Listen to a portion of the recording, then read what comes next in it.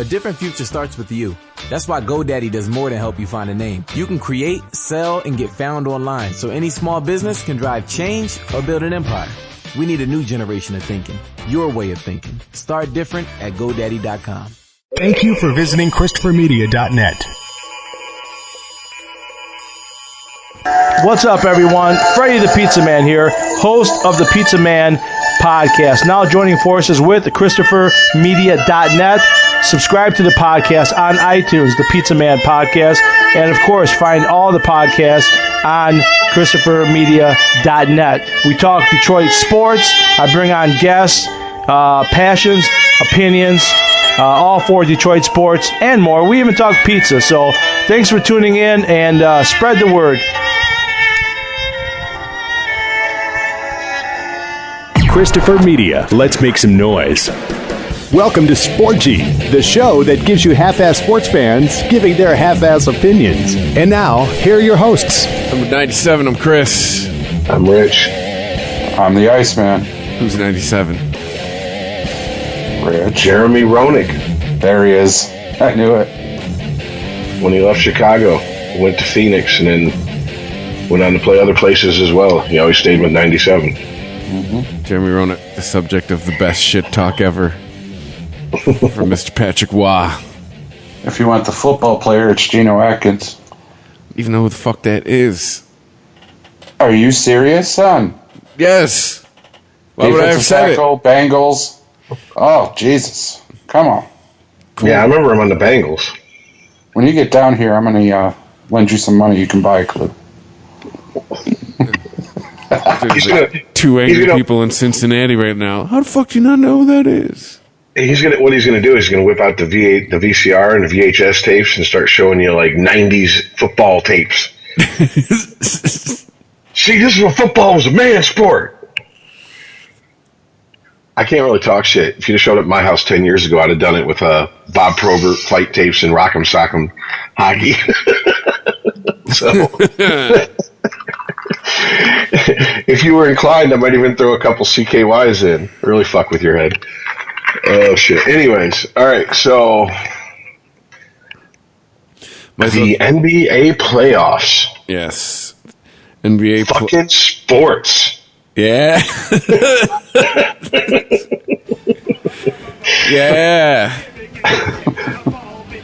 What's going on, guys? Well, I mean, the Golden State's done what Golden State's supposed to do. The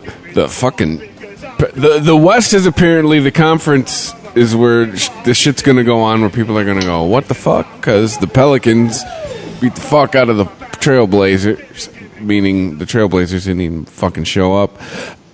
And the Utah Jazz look like they're gonna beat the Oklahoma City Thunder. WTF, man. Who is on the Jazz? John Stockton? No. Karl Malone? Not anymore. Who? Enough to beat OKC. I guess so. Enough to beat Mr. Dude, you don't Triple-double. have to have anybody on your team. Yeah, you don't have to have anybody on your team to beat OKC. Fucking Russell Westbrook. Oh, I get a triple-double. I average triple-double. Whole season long, I'm the man. Yeah, you're the man. That's why your ass is first-round fodder. I guess so. Actually, right now they're in third quarter. 4 minutes left. Jazz are up by 12 points. So by the end of this podcast, we're going to know whether or not the Thunder are still even in the fucking playoffs. Well, that's what I was trying to explain to you, Chris. You can't be the fucking ball hog and then expect to win a game. That shit doesn't work. You're not Michael Jordan. And, unfortunately, you're not LeBron James. It doesn't work that way. How's that commercial go? That's not how this works. That's not how any of this works. You're not Kobe Bryant, his last game in L.A.? Or another team was passing to him. They were, too. I have to find out who the hell is on the Jazz. Let's see. Rudy Gobert. That's the biggest name I've seen so far. Man, there ain't nobody in the... Are they like... Is this the Moneyball version of basketball? Tony Bradley, Alex Burks, Jay Crowder, Dante Exum, Derek Favors, Rudy Gobert. That's like they're starting. Like hang on a minute. Rubio, Crowder, Ricky Rubio. Pull it up. Mitchell is in the top running for Rookie of the Year. That guy is like disgustingly sick, and he's a rookie. Oh, by the way, there is a Stockton on the Jazz. So, awful lot of white guys in this team photo. just putting that out there, Utah. Come on, Utah. It's the whitest state of the union. Come on, Utah. Oh, Jonas Jerebko. Piston fans, remember him? Sure. Yeah, but they're about to beat the Thunder in the playoffs.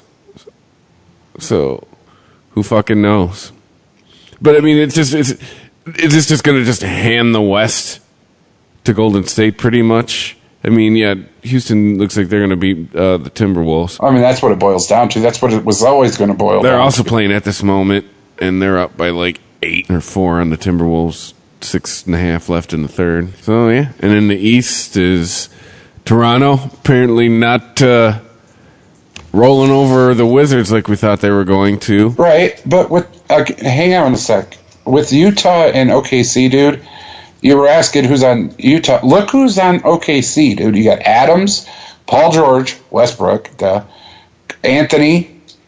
I could do this all night with these people. And to look at the scores right now, Russell Westbrook has 25 points. That's as many as the next 2 top scorers combined. Stop it. You cannot ball hog in the playoffs. That's not how that works. You're going to lose. If you switch over to the box score for the Jazz, Crowder's the top guy with 23, but there's also 14, 13, 9, from other people. I mean, if you don't include your team in the playoffs in the NBA, you're going to lose.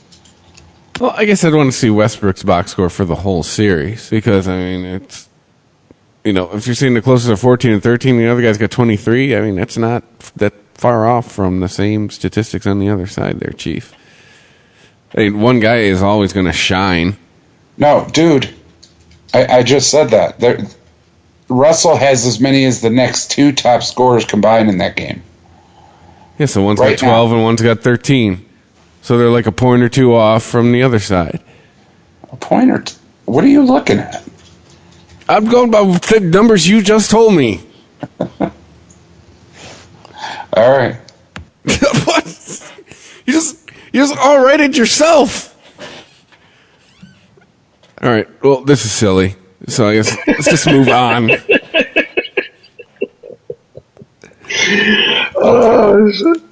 See? All right. So the East. Philly making short work of the Heat. Is this it for D. Wade? All the articles I read, he said, I'm not going to say anything right now. Come on. You went back to the Heat. We could see the writing on the wall.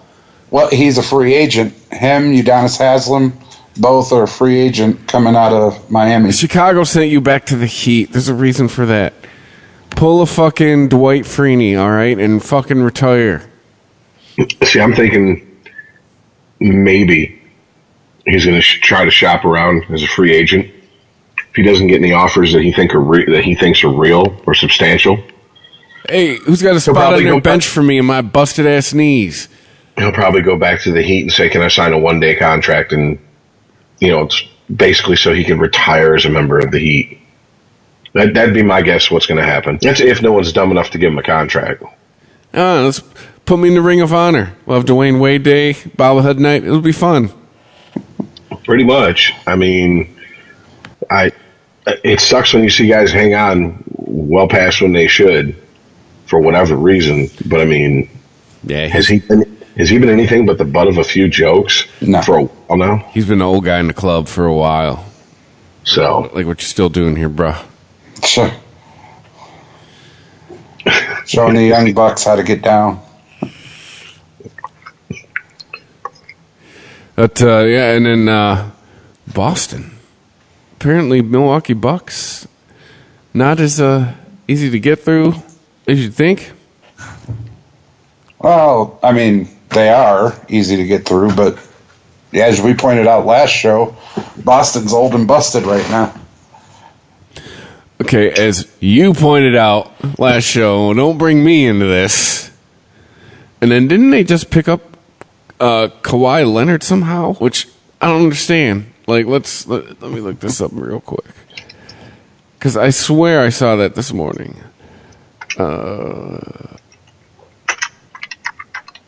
Oh, was that some dumbass writing an opinion piece?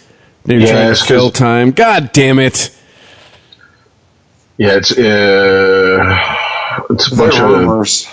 It's a bunch of articles with should Celtics offer this hypothetical trade, but this would be in the off season. Oh, god damn it! Stop filling up my fucking smartphone with bullshit. 4-letter network. God damn it. Okay, so anyways, fuck all that.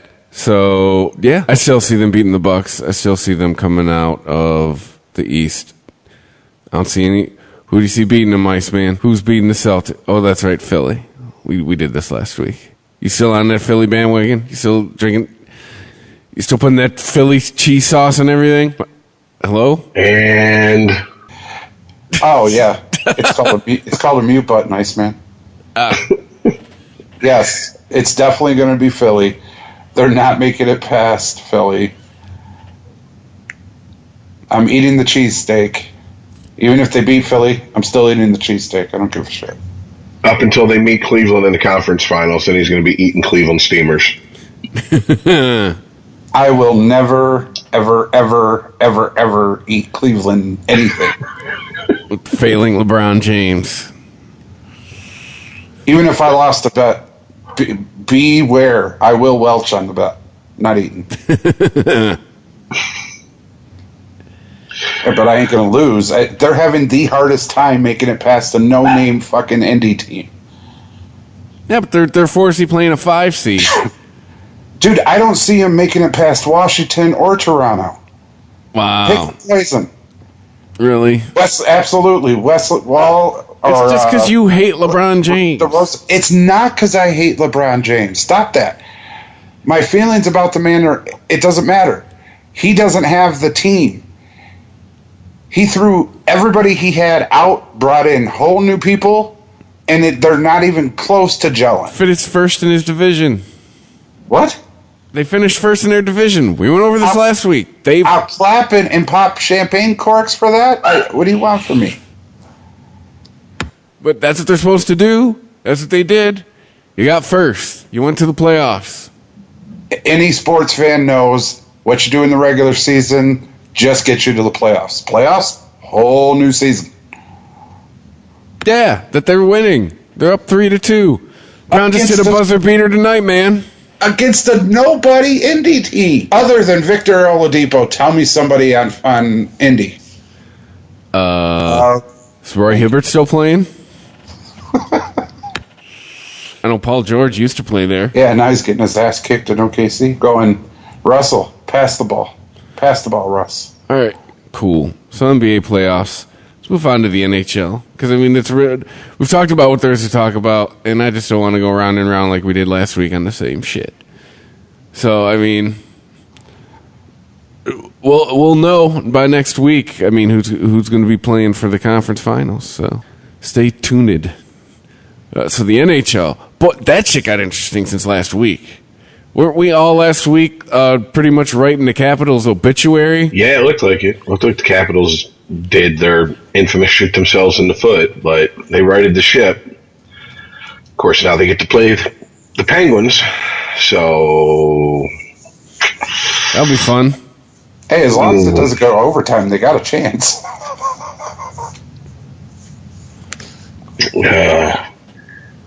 Well, if they got, I don't know what they do. Like I said last week, as far as this window has been open for them, they've done everything, in my opinion, that they really can do. They've switched goalies, they've brought new players in, let old players go. It might just be a 2006 to 2015 Tiger situation. Their window opens and closes, and they never do it. It happens, man. So I just don't think they're getting past the Penguins. I don't know. I can't see it.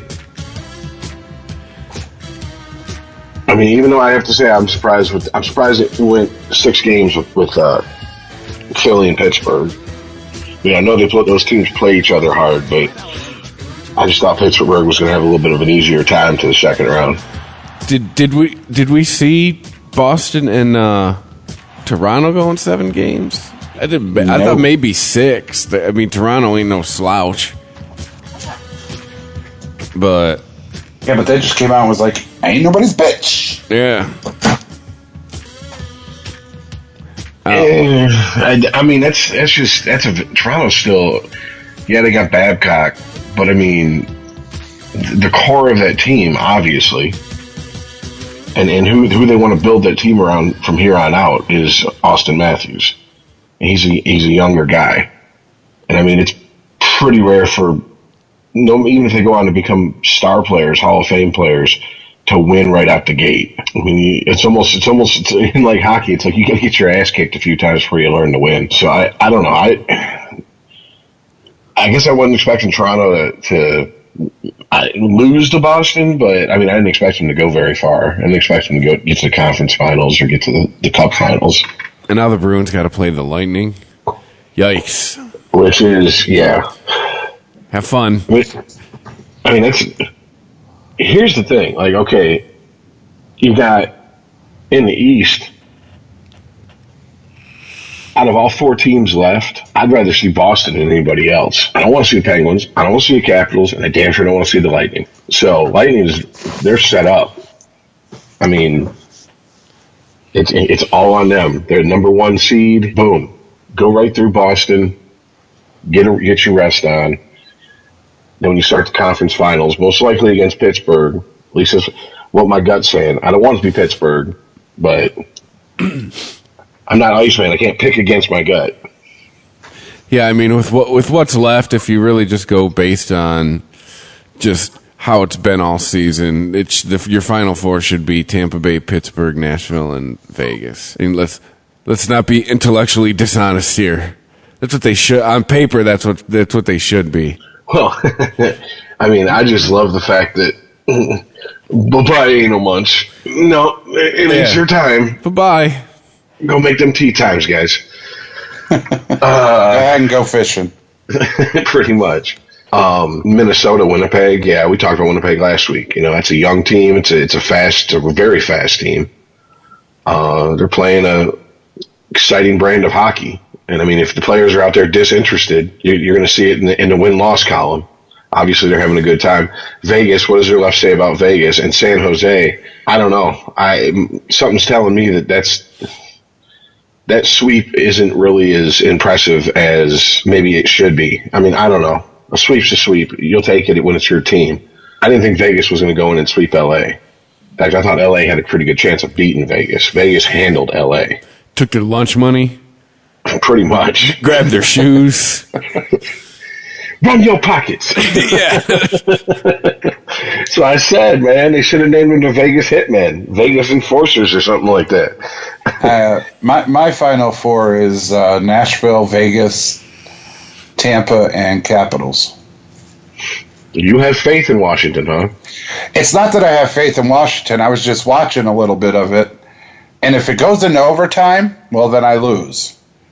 Because for whatever reason, and Rich, you called this, the Caps can't win in overtime.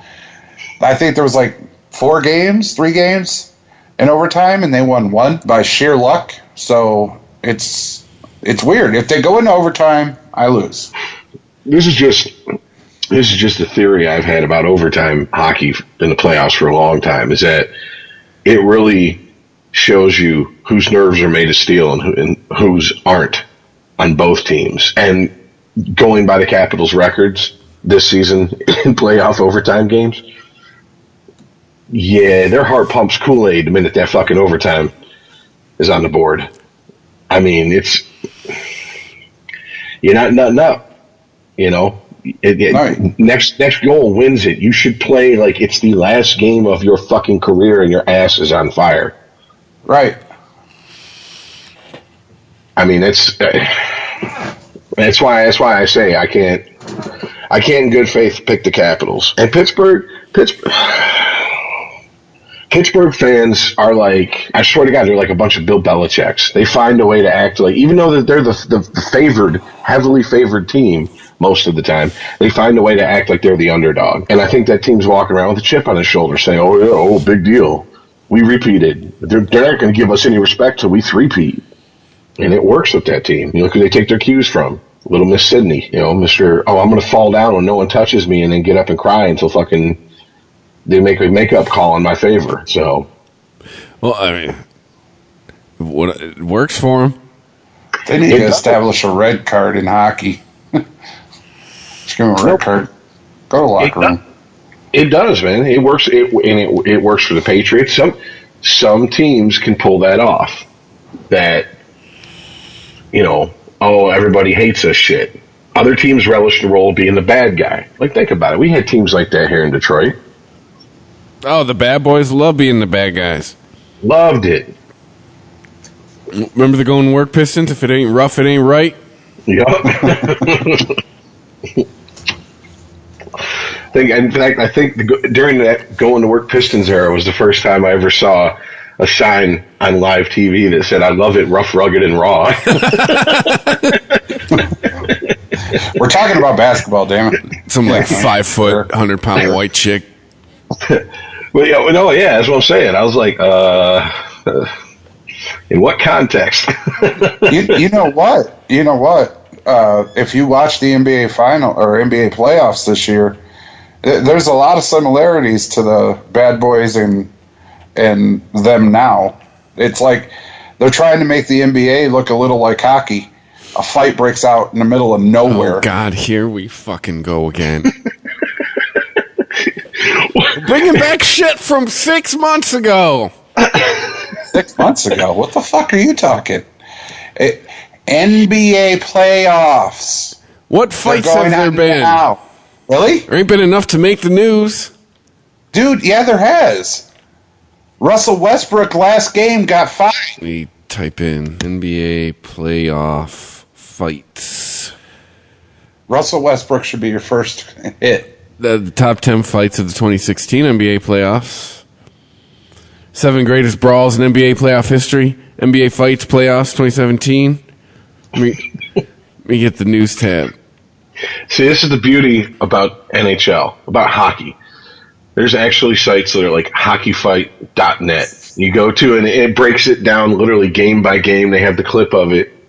You get to vote who you think won. Last game, there was a hard foul on the Jazz. Guy was walking to the bench. Russell Westbrook was ready to come in, hadn't even checked into the game, came off the sideline and got in this guy's face. Okay, so was there one fight, and you're saying there's all kinds of fights? No, like what usually happens. That's why I said you gotta watch the playoffs. Crowder got ejected for fighting. He hit Adams in the mouth. That was funny. Dude, they took a run at Ben Simmons this last game that the Sixers eliminated him. Simmons was going up for a layup, and a guy took a run at him, took his legs out like 3 minutes into the game. No shit. Dude landed flat on his back, jumped up, and walked away. Cool. Well, you had your chance to talk basketball 10 minutes ago. Here's the thing. It looks like hockey. It really does. You got all this action, pass and shoot, and everything else. And the next thing you know, out of left field for no apparent reason, a fight breaks out. Because after they took his legs out, he runs back down, and like 3 minutes later, a guy slaps Ben in the fucking face, dude. Just cold-hearted. Whack! All right, but the real question is, have any NBA players licked and or kissed another NBA player to get him off his game? No. Yeah, because that would require a drop from the Boondocks. All right, so more fighting in NBA than NHL, and it was kind of weird. Kind of like, the hell am I watching? If you say so, man. If you All say right. so. It's NHL playoffs. Where were we? Anyways, just like I was saying, I think it's going to be Pittsburgh and against Tampa Bay. And I hate to say it, I think Pittsburgh's going to come out of the East. And I'm just going to fucking go with it. I'm just going to go with the Knights coming out of the West. Man, the way Boston was playing the last month of the season, I'm still pulling for Boston. But you just took 7 games by Toronto, and now you got the Lightning. If Boston gets to the next round, they're just going to get fucking. They're going to get eat up by their next opponent because the Lightning aren't going to fuck around. The Lightning are going to take it to them. No, and this is the beauty of playoff hockey. It is not a sprint to the finish line. It's a fucking march, and everybody's playing fucking hurt halfway through the first round. So everybody's nursing something. It's just, you have to fucking, what team's going to get out there and grind it out more? And, all the cliches you could throw out there do fit. I mean, remember, what was it? Earl, do you remember the guy from, I want to say St. Louis, the defenseman who took a puck off his foot? No. The series that went to Game 7 triple overtime where Yzerman scored the winning goal, the 96 series. And they had to literally tape his foot up, stick it in his boot, in his skate, and say, don't take it off. You know there's only one St. Louis defenseman that I cared about, Al McInnes. Well, it wasn't McInnes, but I can't remember off the top of my head. But I mean, shit like that, we're going to numb it up, we're going to tape it up ridiculously tight, we're going to stuff it in this skate. Don't take the skate off, because when you do, it's going to swell up on you for a day. Well, I mean, the injuries that the hockey players play with are infamous, dude. People will come out of the locker room and have stitches in their face. Yeah. Your line gets called, you hop over the wall. Yeah, the stereotype of the missing teeth hockey player. I've seen some guys spitting chiclets on the ice and then just miss a shift, if that. And I'm like, they probably just went back there and were like, we got to get the gums to stop bleeding. Then you can go back and play. But yeah, honestly, and this is just reckless, pure bullshit speculation, homerism on my part. I kind of want Tampa Bay to win the cup. And the reason for that is maybe then Yzerman will have nothing else to prove in Tampa. Come home, Stevie. Mm-hmm. That's just pure Red Wing homerism right there. I'm drinking that fucking red and white Kool-Aid. Got the recipe from the Iceman.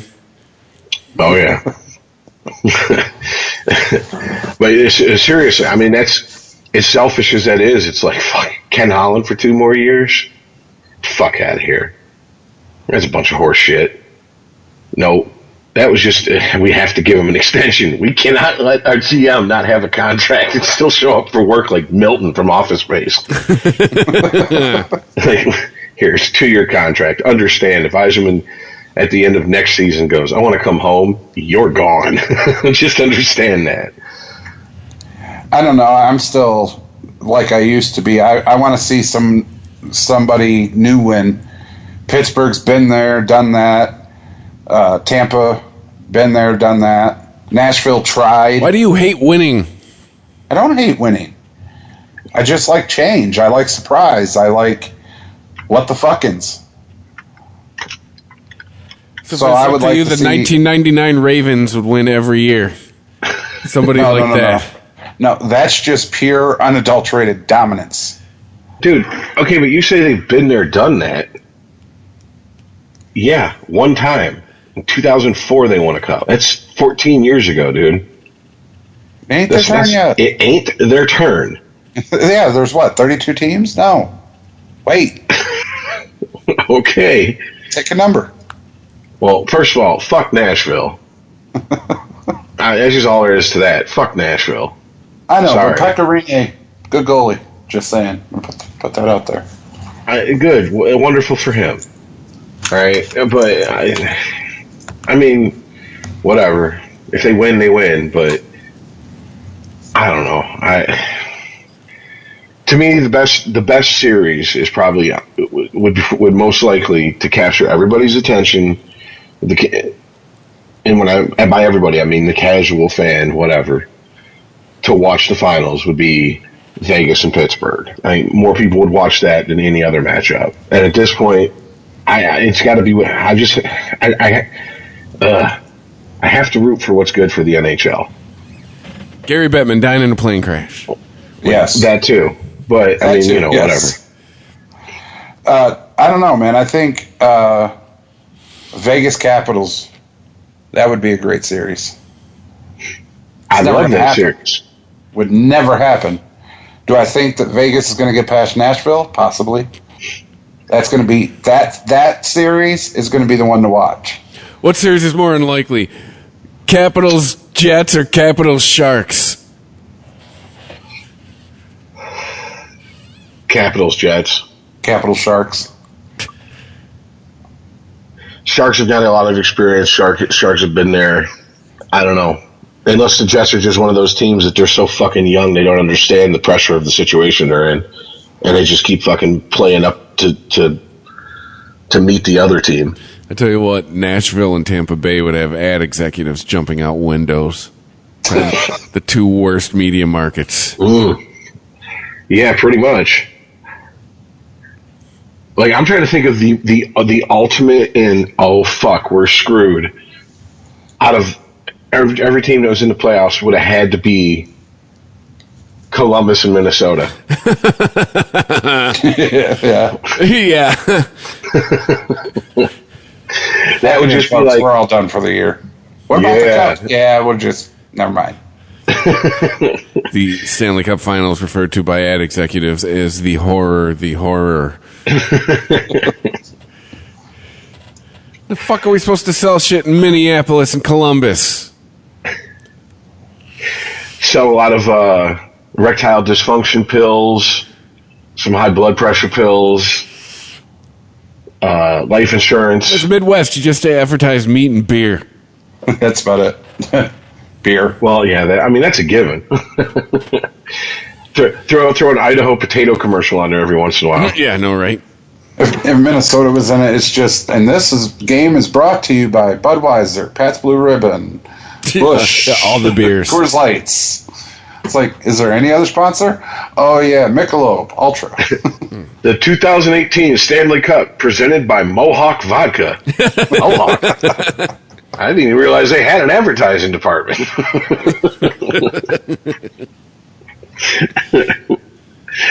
Oh shit. Oh yeah, that would have to be the worst one. But yeah, I don't know. Isn't it pretty much? I know. Did you write it down, Chris, or is it pretty much how we called it going into the second round?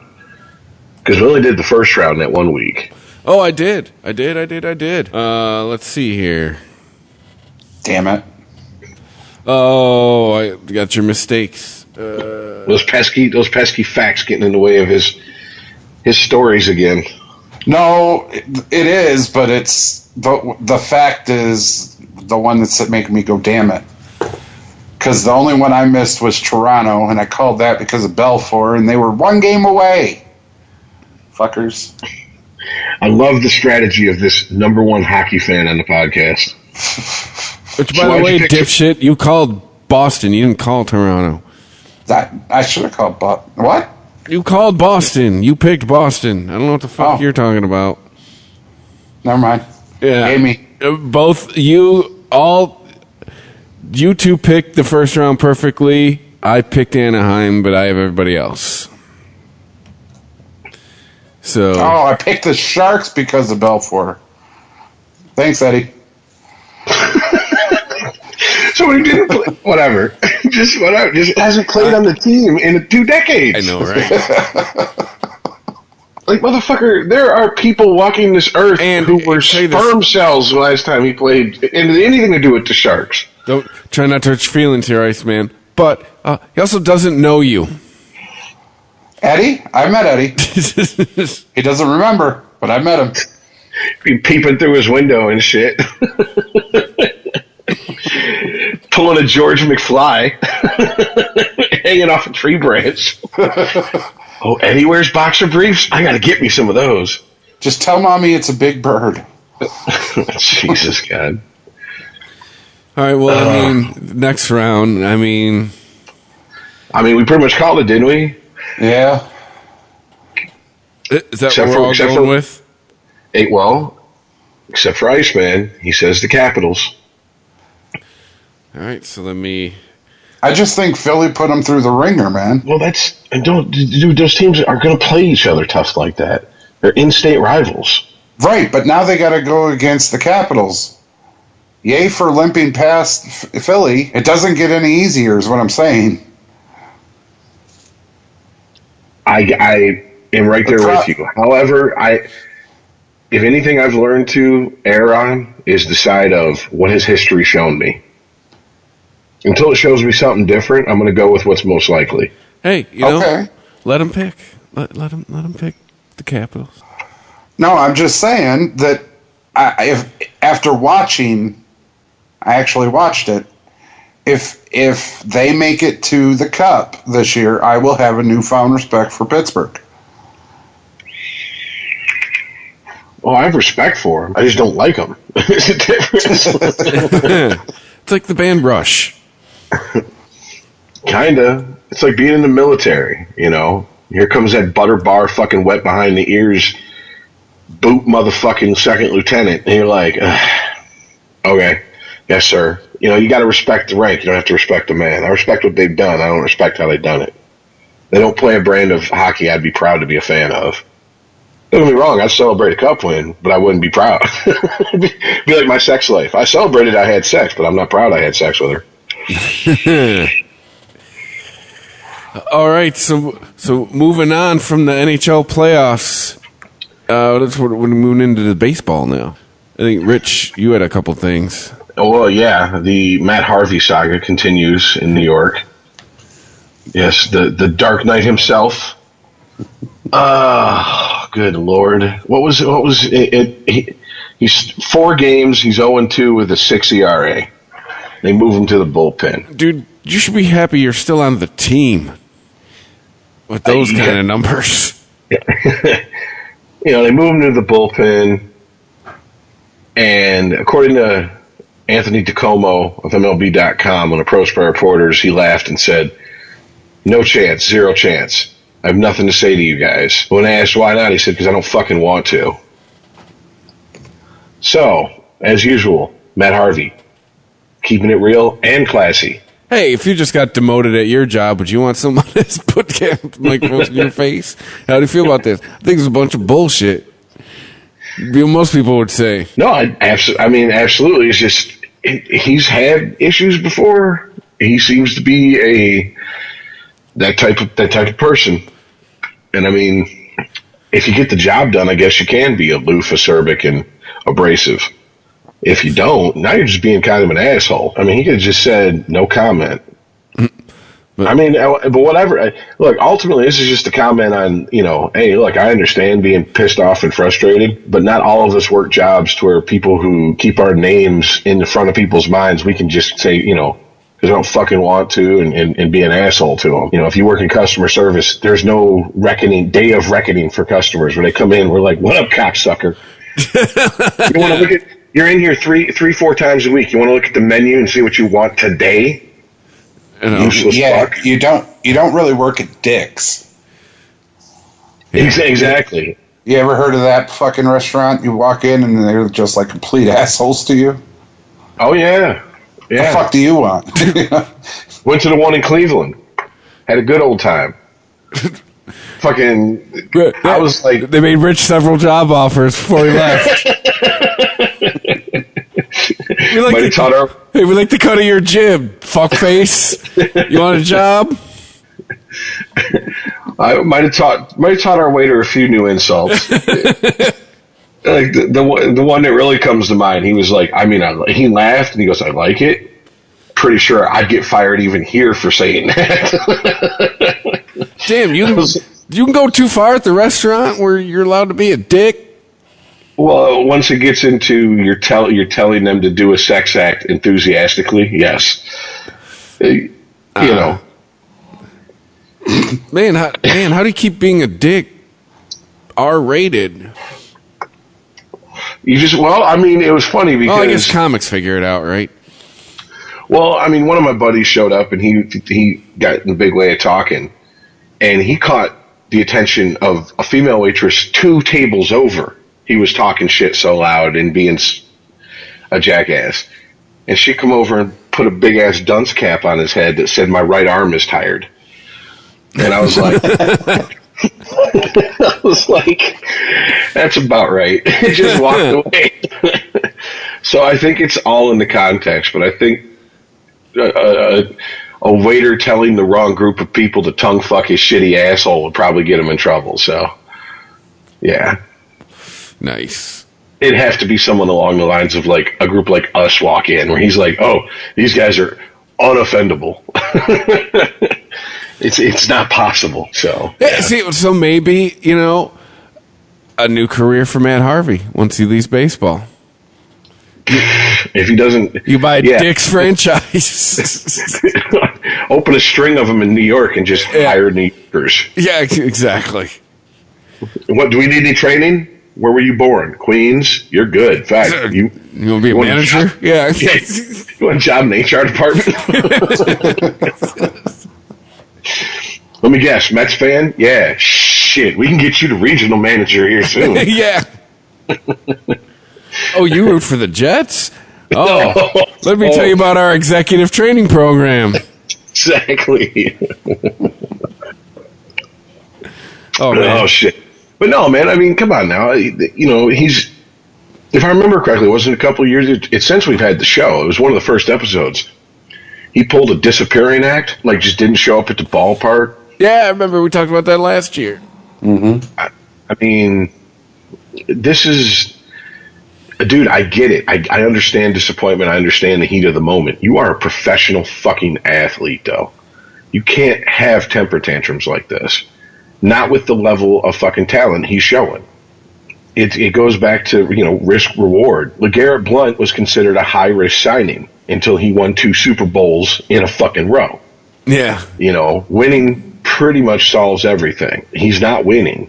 So going out there and acting like you're fucking Barry Bonds and shit ain't going to cut it. So, I mean, and like I said, once again, he doesn't have to be fucking cordial. He doesn't have to sit down and have long conversations with them. Just simply, no comment, guys. Come on. You know what? How would you feel? Just like you said, Chris, how would you feel if you'd just been demoted at your job? I just don't want to talk right now. I'd respect that as a reporter, even if I was a beat reporter. So. How'd you like if you were demoted to coffee getter, beat reporter? What'd you say, Earl? Yeah, but that sells. And pissing them off even more is going to sell even more, so they're going to do it. It feeds into the Matt Harvey as an asshole narrative. We're talking about it. There was a story published on it. Oh, well, I mean, yeah, but Earl is right. It does sell. It does get people doing just what we're doing, talk about it. Yeah, I don't know. I guess I don't have much tolerance for gotcha type reporting or journalism unless there's a call for it. And he was going to be salty. If you're a beat reporter, if you're there day in, day out, even if you're not, even if you're just a fucking New York sports reporter, this guy's reputation. He just bought that shirt. Pretty much. I mean, so don't. It's like people that go out into the wilderness and then like fuck with grizzly bears, and when they get attacked, they're like, "Oh help! The grizzly bear's doing grizzly bear shit." The fuck do you think it was going to do? It's a grizzly bear. What do you think it was going to go? Hey, boo boo! No, that's fucking cartoon, stupid. Hey, give me that picnic basket. Exactly. Yeah, it's like the people who were shocked that the crocodile hunter got taken out by a wild animal. Really? No. Yeah, no. You don't fuck with. Yeah. If you're here's the thing: fuck with them if you want. Don't act shocked when you get what you were asking for. There's a video going around on social media right now of some guy hopped in a bull ring and started messing with a bull, and homeboy got gorged in the crotch, in the neck, and in the face. Good. That's what you get, stupid. What did you think was going to happen? You went into a bull's house and started doing crazy shit. Well, I mean, and that's Bulls said, true get out about of my anything. house.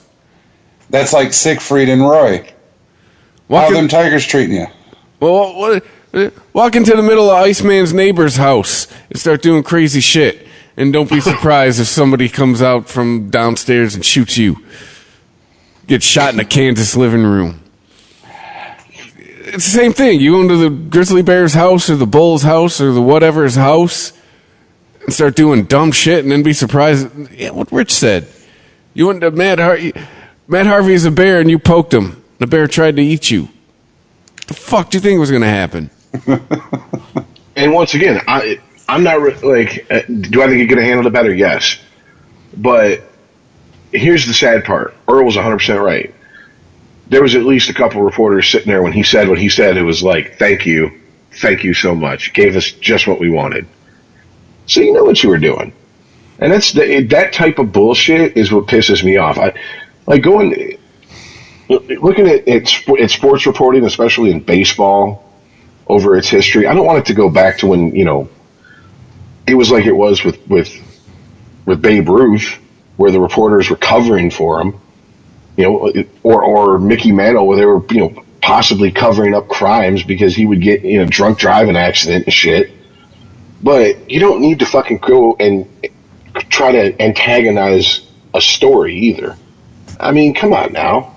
And then we all know in this day and age, if this had turned into a shoving match, the reporter who got shoved would show up in court in a full body fucking cast, talking about I need half his shit, Your Honor. $50 million because he shoved me into a locker or something. Just nonsense. Hey, by the way, the Thunder beat the Jazz. 107. Ooh. Yeah, Westbrook had 45. Paul George had 34. They're not dead yet. So anyway. But yeah, and then the other story that it's kind of just been so far. I mean, it's very early in the season, but just to me, one of the coolest stories of the very young season is Shohei Ohtani, the pitcher / outfielder for the Angels. This motherfucker. Yeah. There's been, if you follow sports or watch Sports Center, you had to see the highlights. I mean, homeboy's throwing 90, 98, 100 pitches in a start. A third of those 95 or higher, 6 times, 6 times in one game, broke 100 miles per hour. The majority of them for strikes. I mean, so that's not just whipping the ball up there, it's whipping the ball up there with control. That's impressive enough as is. Then you got to figure he's an everyday outfielder too, and he can hit, which is something that I don't remember ever seeing in my lifetime. When does he play the outfield? Whenever days he's not pitching. Really? Uh-huh. Yeah. So the 4 days he's off, he's in the outfield. Yep. No fucking shit. So if you hit a grounder and you're thinking, I can get 2, not if it's on his side. Motherfucker throws 100 miles per hour plus. It'll get there before you, trust me. Well, I mean, he's, look, he did get knocked around against his last start. The Sox kind of handed to him, but then it turned out he had a blister on his pitching hand, which sucks because the only thing you can do is just let it heal. That's it. It was cold as shit. Well, it's there's not much you can do, so you just have to deal with it. It's just an inconvenience, but it's not like he just needs Tommy John or anything like that. I mean, but I don't know. I made a joke in the pregame show or pre-show talk, pre-game show. There you go. My mind's on sports tonight, baby. That he's such an unusual player that the biggest baseball video game doesn't know how to handle him. It has him as a starting pitcher, and you can't put him in the outfield as a position player because they didn't code the game for that. It's usually you do shit in video games that you couldn't do in real life. Now we got a situation of real life breaking a video game. Oh shit! You gotta put functionality in this motherfucker. Somebody's getting paid to write a patch for this motherfucker. Oh, I bet. I bet if he continues to have a decent season at bat and on the mound, it'll be here before fucking the All-Star break. Guaranteed. Yeah, but the player is actually the one that's going to be paying. The Ohtani patch. This will be pay now and download the Ohtani outfielder. But I have him pitching. What are you talking about? Nah, not this game. This game's got different ways of making you pay. It's not a gaming podcast, but trust me on that one. It's got different ways of making you pay. And it sucks when you see people. It's one of those, you can get better players through either grinding or buying the players. And this is mostly like, what do you call it? Retired players, Hall of Fame players, and stuff like that. I mean, he's a player on your team. You can start him, but you can't start him in the outfield. So that's all they're going to have to do is make it his position to where he can be moved to the outfield. But I mean, that's just nuts. That's just crazy to me because it's always been the opposite of that. You know, I got friends who be like, I take the Lions to the Super Bowl and go undefeated with them every year in Madden. Why can't they fucking win a playoff game? Because it's a fucking video game, stupid. That's why. I mean, this is like if you shit. lose, you just push reset. Damn it! This is like shit you used to do in like Tecmo Baseball when on NES when you know I'm gonna put so and so on first base because I'm an idiot, you know, because you're 9, you know. Exactly. Yes. But now you need this functionality in the game, and apparently they weren't ready for it. See, Well, fucking Japanese once again showing us they work harder. What? I play another position when I'm not pitching. I'm just wasting the company. I'm wasting the company's money and time just sitting on the bench. That Japanese industriousness. Am I making up words? Well, I mean, I'm just thinking, like, you know, we had the big 3. Japan come over and was like, that's cute. We can make cars way better quality, more efficiently. Yeah. Sit down, we'll show you how it's done. Yeah, Japan's like, you got these guys that just sit for 4 days. They could be in the field. Yeah, and now they're doing it with baseball. And it's like, like I said, Babe Ruth, maybe? And I mean, he started off as a pitcher and he would play in the field. But eventually they just moved him to the outfield, tucked him away in right field and said, just come up and beat Babe Ruth. You know, every 12 at bats or whatever the fuck it was.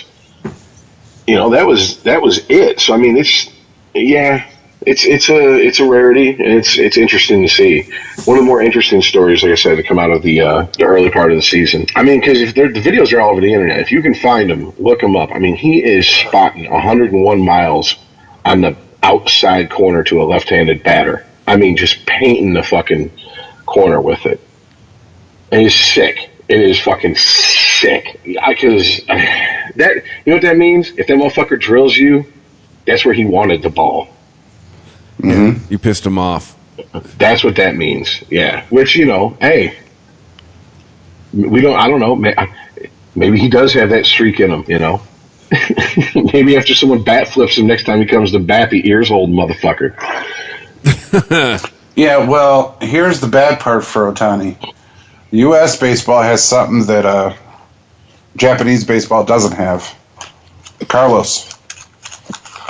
Are you throwing at Carlos? Who? You don't remember the movie? Major League, like 5 or whatever the fuck it was? No. I'm just sorry, dude. They lost me after 2. No, I think it was the third one when they were in the minor leagues. Back to the minors, I think. Okay. And the team was the Buzz, and Scott Bakula was the coach, and I vaguely remember seeing advertisements for it. Yeah, and the guy was throwing at the Minnesota Twin big league hitter, and he hit the dirt, and he jumped up, and he's like, "Are you throwing at Carlos?" you didn't throw at Carlos. And he's like, no, there was some dew on the ball. You're inside, dude. You're in a dome. There's no dew on the ball. You just said, little kid.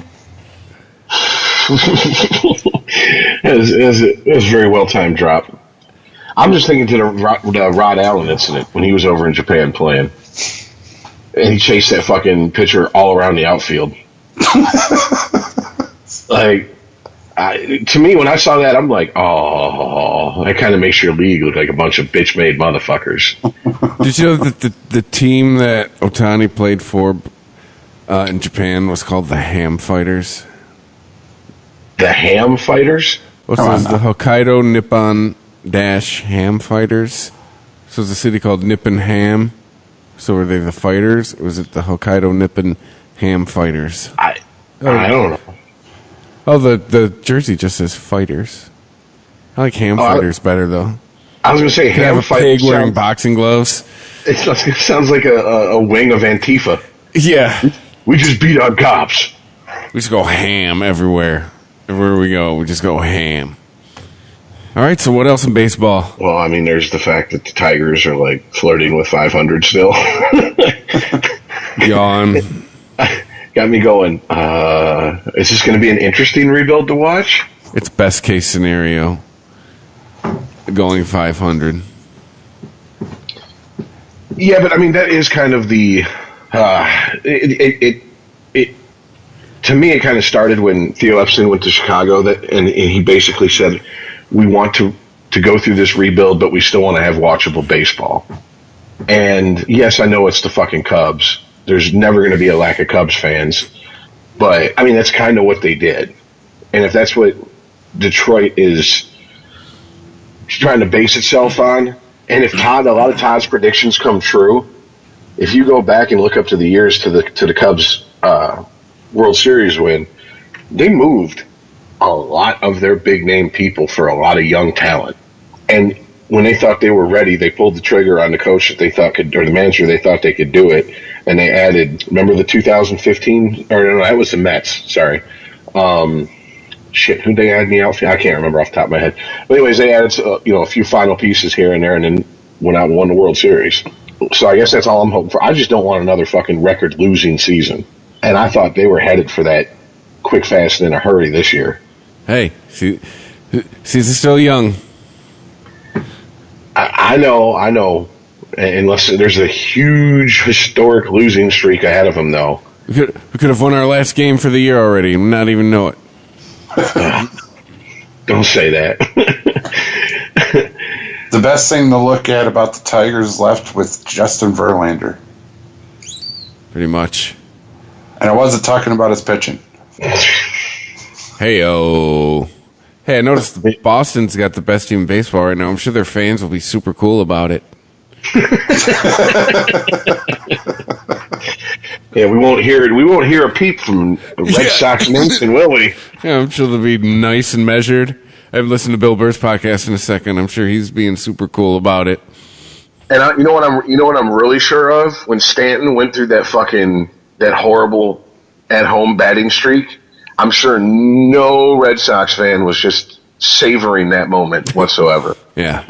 Sure, they were like, oh, the poor guy goes to the Yankees and all of a sudden can't hit for shit, especially in front of the home fans. That's so horrible. But yeah, that's about what I had for baseball. Just the two stories that stuck out to me. Yeah, really. I mean, it's... Oh, besides, I think I heard today 26. It's a record so far as 26 games have been postponed. Yeah. It's a little cold up north. Good times. So, yeah. Well, no, it's been a lot of rain. I mean, that's been the fucked up thing. And come on, ESPN, come on, man. They have a tab on their MLB page.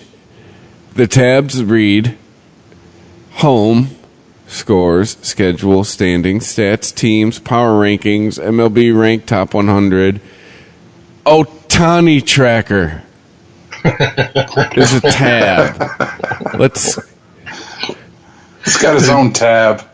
Does it tell you what he had for breakfast? Yeah, I know, right? Does he Instagram the shit he took this morning?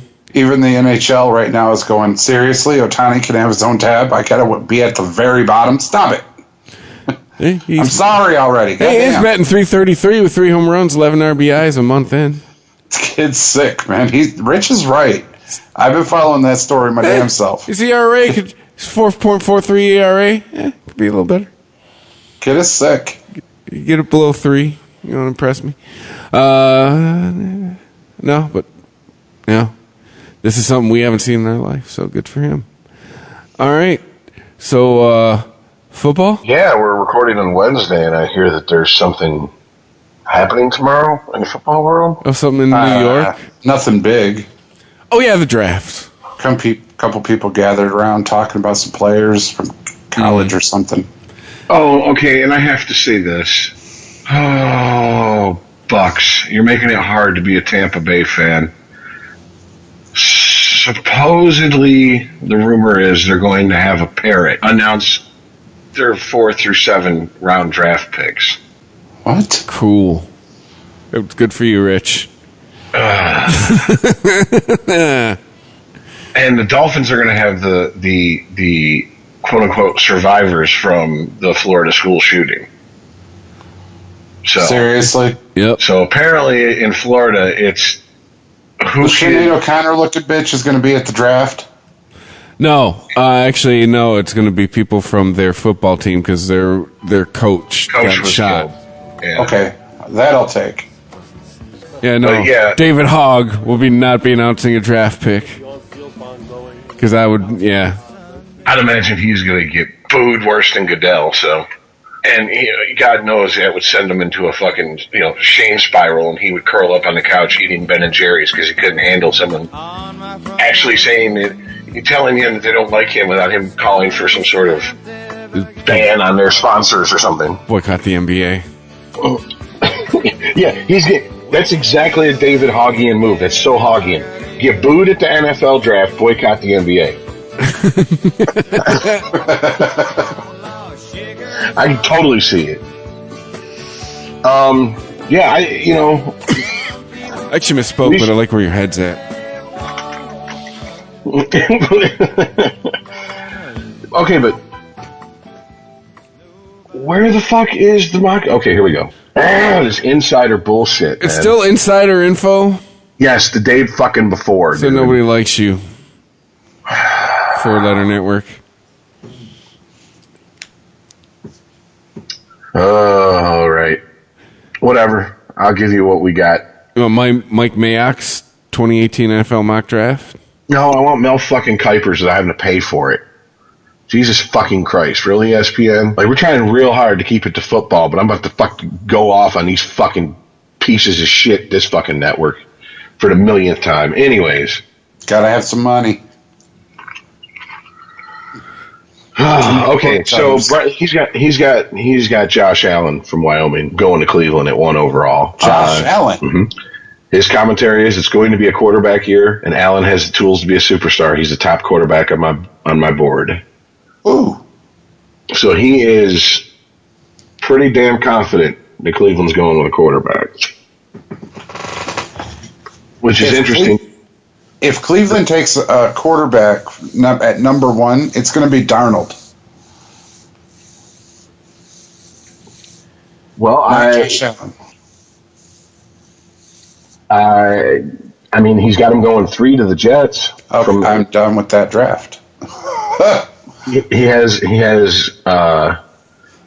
Barkley going 2nd to the Giants, and he says that the Giants should consider Darnold here, but Barkley's a generational talent and a top prospect in the draft. I mean, one of the interesting stories they had on local sports talk was they were debating whether 6 quarterbacks are going to go in the first round of this draft, and they went through and they said, okay, what teams were likely to draft a quarterback? And it was like 7 teams that they could all agree on that could draft a quarterback, likely to draft a quarterback. And there was a couple they disagreed on. I mean, you got Cleveland. The argument was made for the Giants that look, Eli doesn't have the long. You want a quarterback to sit behind them, get a little bit seasoned. That seems to be the thing to do if you're trying to, do what like Green Bay did. And you're not trying to do what Detroit does. Go from guys who shouldn't even be backups that are starters to a fucking first overall pick. So, there's 2 teams right there. Jets, there's 4 or 3. Denver, there's 4. Someone made the case that Tampa Bay should give up on the Captain Crab Leg experiment, but they're going to give them another year. So you got 4 teams in the top 10 that they say most likely are going to go with a quarterback. Well, listen, you do have Allen as a potential top 10 selection, but you also have Baker Mayfield, who won the Heisman Trophy. You also have Lamar Jackson, who won the Heisman Trophy, both in this draft. Rosen and Sam Darnold. I personally think Sam Darnold's going number 1 to Cleveland. Sorry, Tyrod Taylor, you're not it. Show this young buck how to throw. So if you're Cleveland, you're not taking Barkley? I think Cleveland's going to gamble because Cleveland also picks at number 4. See, okay, this is how I look at it. Barkley is a luxury pick. If you think you have your quarterback, if you think you have some weapons for him to throw to, and you think you can build the line, your offensive lineup, if need be, later in the draft, that's a lot of ifs. Then you go ahead and pick him. Because the life expectancy, the career expectancy of a running back isn't all that long. So why would you want to pick him and then say, you know what, try to convince him that he's going to have to sit through his rookie contract and then sign another contract with you if he's good enough, then we'll be ready to compete. Do you see what I'm getting at? No, I do. But Cleveland did the trust the process thing that Philadelphia did and are coming into this draft just on fire. With the trade moves that they've made, the draft picks they've had, quite honestly, dude, Cleveland is going to be a force this year. I'm writing that shit down. You just said Cleveland is going to be a force. They are. Okay. Look, I mean, the perfect draft for Cleveland goes with the number 1 pick. They get whatever quarterback they want. And then Barkley falls to number 4, and they get him then. 2 out of the 4 picks of the first 4 picks is Cleveland. If I'm their GM, I pick Barkley first. Now that's going to leave the Giants and the Jets to pick a quarterback. I would say Sam Darnold would go to the Giants, and Josh Allen goes to the Jets. That leaves Baker Mayfield for me. And you want him over Josh Rosen? That's my tie right there. It's Josh Rosen and Baker Mayfield. They're right for me. They're ranked the same. You can't go wrong with picking either one of them. You can go wrong by not taking the quarterback first because there's better quarterbacks than them. But those 2 are equal. Well, I mean, Kuiper's take on him is that he's NFL ready if he stays healthy. And I mean, do you really want to? I don't know. If I'm Cleveland, you have to. In my mind, you have to go with it. If you think your quarterback you want out of all of them is not going to be there at 4, you have to go with the quarterback you want. Odds are he's going to be there longer and have a longer career. And if he's good, then, I mean, there's your cake and you get to eat it too. I mean, I don't know. And this is all dependent upon Barkley's not going to come into the fucking league and shit the bed. And what about Deshaun Kaiser? Is he just automatically warming the bench? Does he fight for the spot? Do they ship him off somewhere? Kaiser's gone. Like, is he already gone, or is? Yeah, he's already gone. I mean, who did they trade for in the offseason? Cleveland? Yes. Landry? Carlos Hyde, Jarvis Landry, just off the top of my head. No shit, yeah, Kaiser now plays for the Packers. Good for him. Okay, so yeah, Cleveland needs someone to throw the ball. They have to pick him. I think Tyrod Taylor is another one that they traded for and got. They're getting Josh Gordon back. Put down the weed, Josh. You can make a big difference this year. Serious. Can you believe? God, it's so fucking silly. Oh, they got one of the best quarterbacks. I forgot about they got Drew Stanton. Keeping it in the Great Lakes. The pride of Farmington Hills, Michigan. Oh, shit. Well, I mean, I guess I see your point also. Look, there's only two if they take Barkley with number 1 overall, there's only going to be 2 quarterbacks taken. If they're sitting on the fence and they're looking at all 4 and they would be happy with with any of the 4, then go ahead and take Barkley first. Yeah, there's only one Barkley. Well, I mean, there's also Brandon Chubb. Is the other running back. Similar 40 time. And see, he's that's more of a power back than a elusive back. See, that's because, they have him going at 4 to Cleveland. That's what I'm saying. So if you take Sam Darnold at 1, chances are one of the 2 teams is going to take Barkley. I mean, my bet would probably be on Giants, but then you also have Brandon Chubbs. So I guess it's really going to come down to where does Cleveland see itself wanting to go, with their running and passing game. Is Tyrod Taylor your guy? If so, No. you take Barkley. No. Just look at him in Buffalo. He's proven in Buffalo to be, at best, serviceable. He's a backup. Okay, but now, as a running back, you have Carlos Hyde coming out of San Fran. So, is he... he was the bright spot of that San Francisco offense. Right, so if you're, confident in him, go ahead and take your quarterback first. Because you're going to get Brandon Chubbs on your 4th pick. Yeah. Well, let's see. It's a plausible scenario. But now that's why if you're Mel Kiper, Rich Whitehead, whoever you are, you can't for sure say who's going first because you're not the GM of Cleveland and you don't know. And he has been completely tight-lipped about what he favors as more important, a running back or a quarterback. Well, you need somebody. It ain't Tyrod Taylor. If you're serious about all these moves you made in the offseason and you're the GM, you ain't putting faith in Tyrod. Told you, man. I think my theory is a pretty solid theory, man.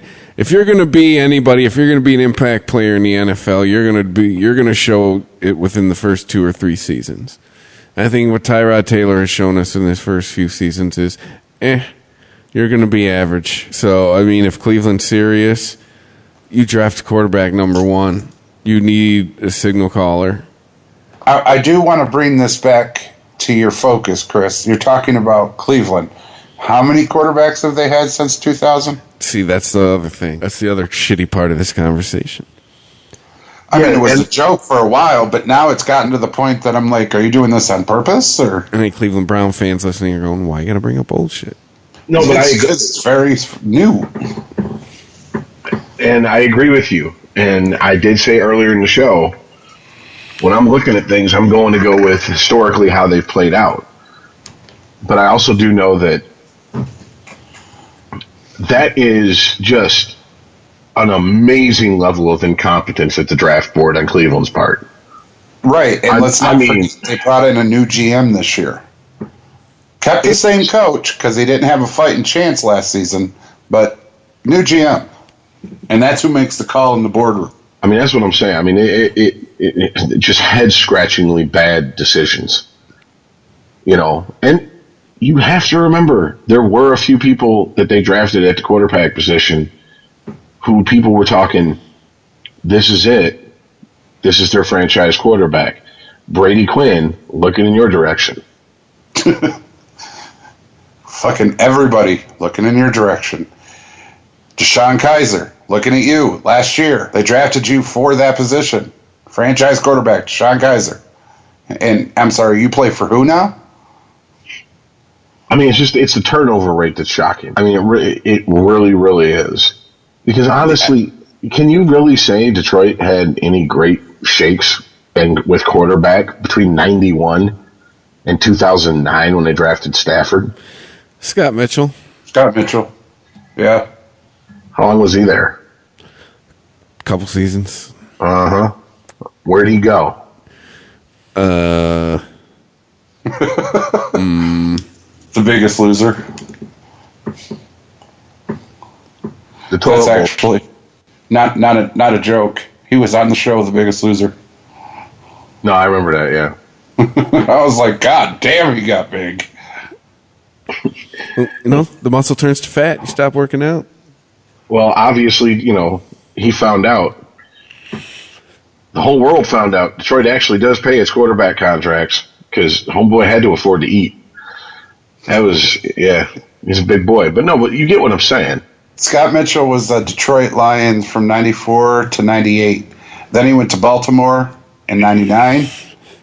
And then he was a Bengal for 2000 and 2001. Now, what I didn't know is 91 through 93, he was a Miami Dolphin. Yeah, no, that's where he came from. Yeah. But still, Yeah, we didn't draft him. No, you that's- two are going to sit here and tell me that when he was starting quarterback for the Lions, you were like, oh, that's it. No. We got our Dan Marino. God, no. This is the best quarterback we had seen in our lifetime. We have our John Elway. Yeah. No, that was when we got Joey Harrington. That's when I thought that. Oh, Jesus. Joey fucking Harrington. God. That was such, it was such a, 2000s were such a bad time for Lions. Oh, my God. Horrible. Horrible, dude. Those years. I remember they did I think it was HBO Sports did an expose on him. And it started off with him wearing Birkenstocks, playing piano, talking about how he's not a hot dog and beer guy. He's more of a, champagne and strawberries or something? And I was like, What the fuck? yeah. What?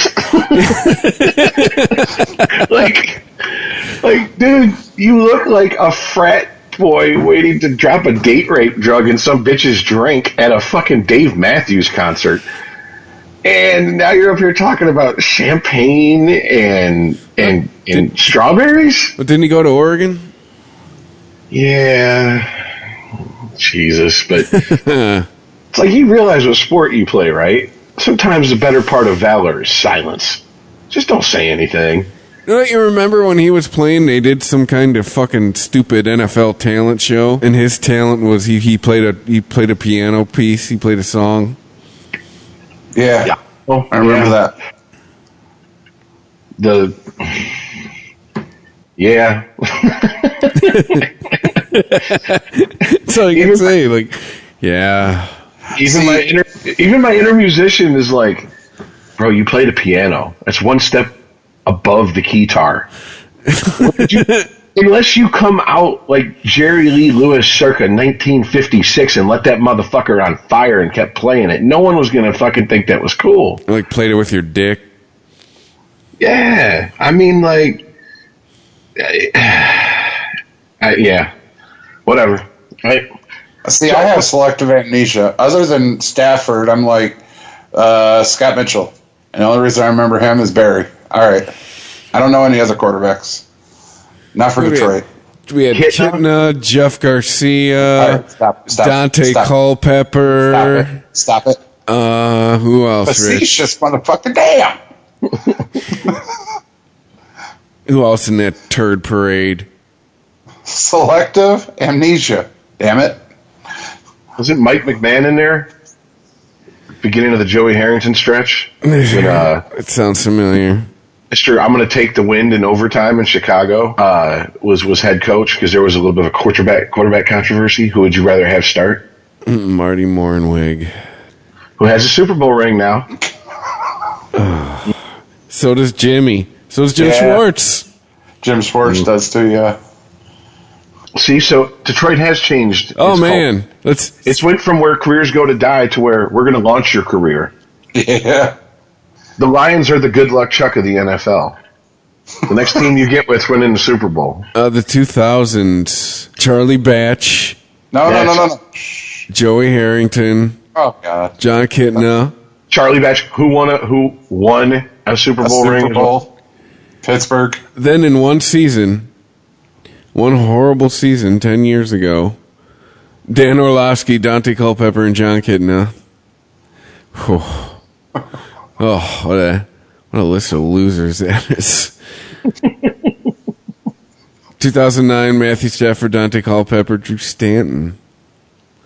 2010, Sean Hill, Matt Stafford, Drew Stanton. And then Matty Stafford since 2011.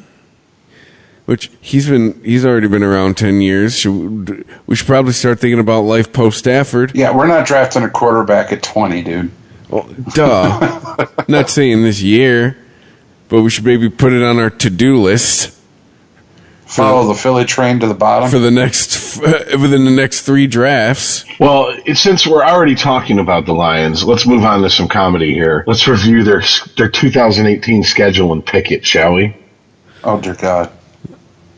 Okay, so starting off, Monday Night Football at home against the Jets. That's a win. You guys are recording this, are you? Oh, I'm writing it down too. I got 2 pens and mini sheets of paper in case a pen dies or I rip a sheet of paper. Let's do this. Listen to this motherfucker. He is ready. 14-2, right, Iceman? 14-2. No, that was last year. I was so right. Way to blow it, Lions. I was right, except for, those things like their final record. No. Proving me wrong. Listen, I was so right. You were had wrong. Did they end the season 14-2? Did they end the season? No, stop. This is not a fucking essay question. It's a yes or no question. Did they end the season 14-2? Nope. You're wrong. Exactly. You're right there. You're right that you're wrong. I'm glad that you can see the light now. Now let's move on to this season. Jets. Now listen. Here's where I was right. That was their season. That was their one season. Every season before and now after, you're going to get fucked. They weren't fucked that last season. They fucked themselves. Look at the schedule now. You got the Patriots, Dallas, Green Bay, the Rams, the Carolina Panthers. This is him grandstanding because he can't handle how wrong he was. And he knows he's going to have to pick themselves. He's going to have to pick them to be sub 500 this year, or else he is proving he's a fucking retard. So he's fucking grandstanding now to hopefully, this is what people who are listening will remember, him standing around stomping his feet going, no, then versus his final picks. This is what this is, Chris. Are you telling me you don't see the difference between this season and last season's schedule? Are we talking about that? You're talking about that. We're talking about this season's schedule and picking this season's schedule. Stop changing the subject. Take an Adderall and get focused. The fuck you want me to tell you? Okay, Jets, Monday Night Football. Win or loss? Win. All right, we all got the Jets down as a win. San Francisco. I had our own pick. I'm enjoying this way too much. You said they're at San Francisco? Yep. So go ahead. What's your pick there, Iceman? Win. You got him as a win? Yeah, it's Jimmy's first loss. That's a loss. See, I got him as a win, man. Got him as a win? All right. I think they're better than the Niners. Yes, Jimmy Garoppolo finally logs an L. Hypothetically. All right. At home, Sunday Night Football against the Patriots. The Motor City Miracle, ain't it, Ice? Go ahead, call it. Fuck. Boss. Oh, shit. All right. Yeah, that's a loss. Big ol' L. Okay. All right. Hold on a sec. God damn it. I was laughing so hard I wrote shit down wrong. All right. So you had him winning the Jets. You have him winning San Francisco. Same with you, Chris. Y'all have them losing. I'm keeping track too. Okay. All right. 9:30. You haven't picked. What's your picks? Oh, me? Yeah, he's picked. He picked. Yeah, they're gonna win versus the Jets. Yeah, they're going to lose to the Niners, and they're going to lose to the Patriots. Yep. Okay. All right. So, 30th of September London game. against Jerry's boys, Jerry's kids, America's favorite special ed football team. We got Ice. It's a loss. Chris. That is also a loss. Same here. Now you have them the week after that, Green Bay at home. Loss. Like at Ford Field or Green Bay at Lambeau. At Ford Field. It's a fucking loss. All right. A rare one that I will give them. No, look at this. They're going to Miami. It's a road game, but it's a very winnable one in my book. What do you say, Iceman? It's a win. Yeah, they'll be Miami. All right. And then they're going to come back home and play Seattle. That's a win. Yeah, that's a win. Seattle's in shambles, and they haven't signed anyone to make me think otherwise. What do you say there, Rich? Oh, I say it's going to be a loss. Against Seattle? Mm-hmm. Okay.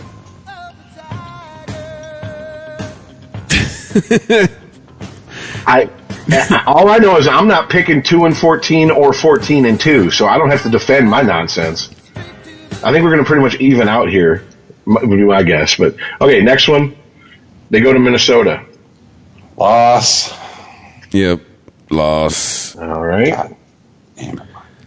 Then they go on the Win. road. Oh, You picking a loss there too, Rich? for Chicago? No, for Minnesota. Yeah. Win. Okay. Earl says they're going to win in Chicago. Yeah, Chicago blows. All right. I think they're going to lose in Chicago. Okay. He's allowed to pick who he wants, Earl. I didn't say cool. nothing. That's cool with me. Laugh all you want. Okay. Then they're going to come back home. If they go to the toilet bowl and lose, I swear to God. Goodbye, Matt. Patricia. Okay. Wow. Home and they have. I would like to point out the first shots for calling for the coach to be fired have been fired before the season's even begun. We're even drafted for the training camp. All right. All right. So Carolina at home in Detroit. Loss. Yeah, it's a loss. Okay. I got that as a loss too. In Detroit, Win. Chicago. Yeah, the Bears suck. See, now here's where I'm going to give them the win. I'm sorry, they still haven't proven to me that they're a fucking. The Lions haven't proven to me they're a steady road team. If they do it this season, then they'll have 1 year of showing me that they can win on the road with some consistency. Until I see it, I'm not going to buy it. So that's the only reason I did the split with Chicago. All right, after that, in Detroit, Rams come in. Loss. Loss. And then they go out to Arizona to play the Cardinals. It's a win. Win. What do you think, Rich? Oh, wait a minute. DJ's going to be back. That's still a win. Yeah, I got that one as a win. After that, they go on the road to Buffalo. Chris, who did you pick? Lions. Okay. On the road to Buffalo. Who's Win. Who's the QB in Buffalo now? Drawing a big blank. And I shouldn't either. God, we goofed on them hard enough last year in the playoffs. It was Tyrod Taylor at the time last year. We were kind of goofing on Buffalo fans more. Than Right now it says A.J. McCarron and Nathan Peterman. Right. So the Bills are going to try to ride the A.J. McCarron train. So that's a win for the Lions. You got that as a win for the Lions? Yep. Earl? Yep. What you got there, Rich? I have that one as a win. And spoiler alert, that's the last time they win this season. Truth. Yep. And then they have the Vikings in Detroit. Loss. Yeah, loss. And then they end the season in Lambeau against Green Bay. In Green Bay. We don't win at Lambeau. All right, so let's tally them up here, folks. All right, I got them 8-8. Okay, you got them 8-8. Iceman has them 8-8, and I have them at You have 5-11. 5-11. The only one I'm wishy-washy on is Chicago in Chicago. That's the only one I'm wishy-washy on. I know you guys are like Seattle, but There's nobody there, bro. On the real. I understand that.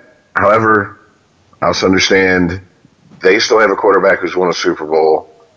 They still have had a coach that's won a Super Bowl. Yeah. Good luck. I'd have to see how Dallas bounces back, too. Like, I picked Dallas just based on the Cowboys are always better than the Lions.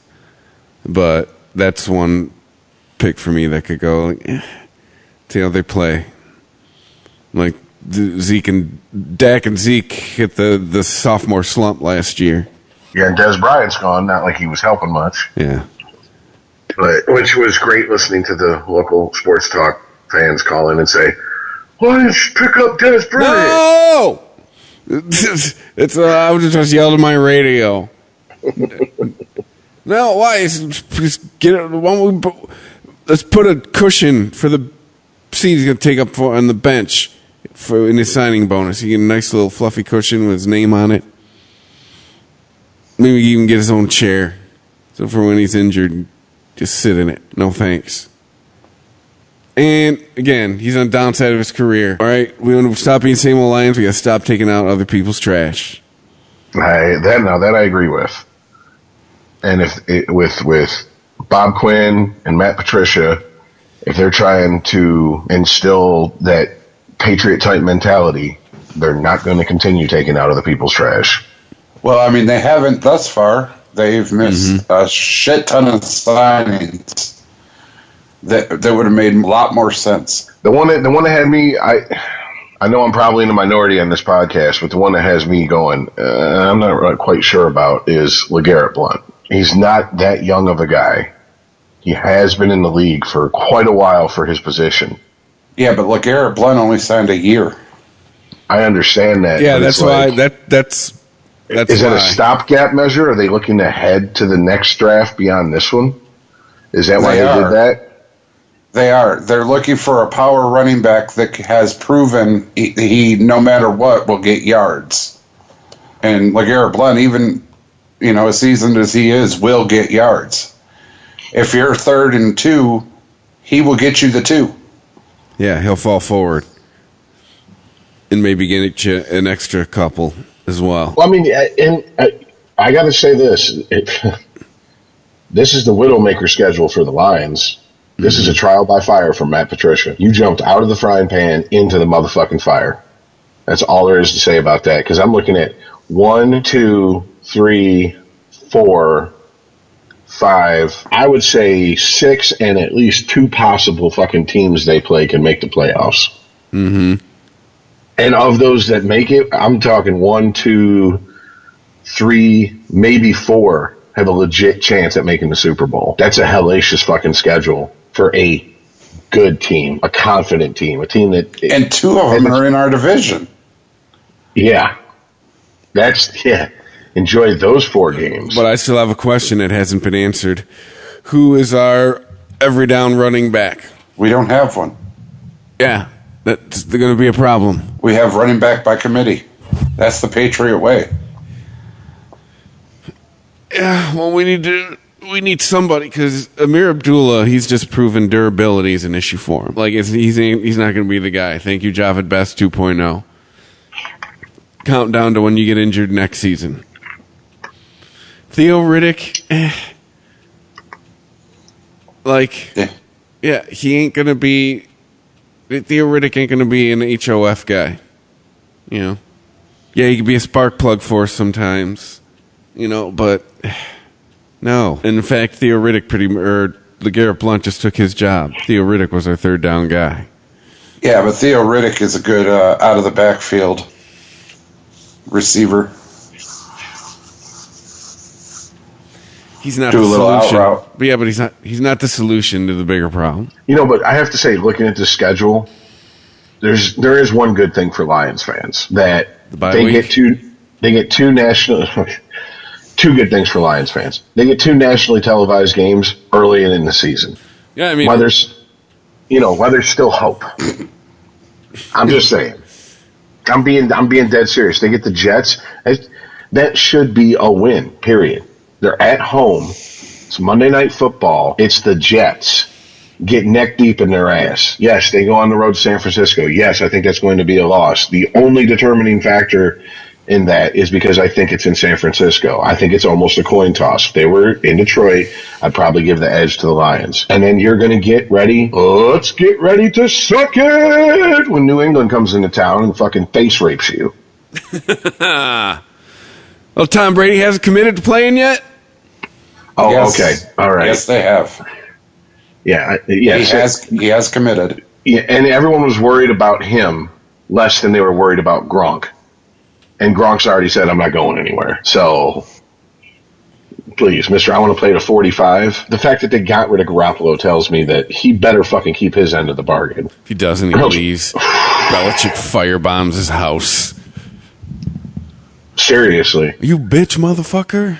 Robert Kraft might be an evil genius like Dr. Evil and set like Fembot Giselle to go kill fucking Brady for doing that shit. Put a bear trap in her vagina. Something. Like, dude, that was the heir apparent gone. Mm-hmm. On your big shit talking that you want to play till 45. Motherfucker, at 44, if you're missing a leg, You better be out there. Hey, you get the parrot from the Tampa Bay draft. Put on his shoulder.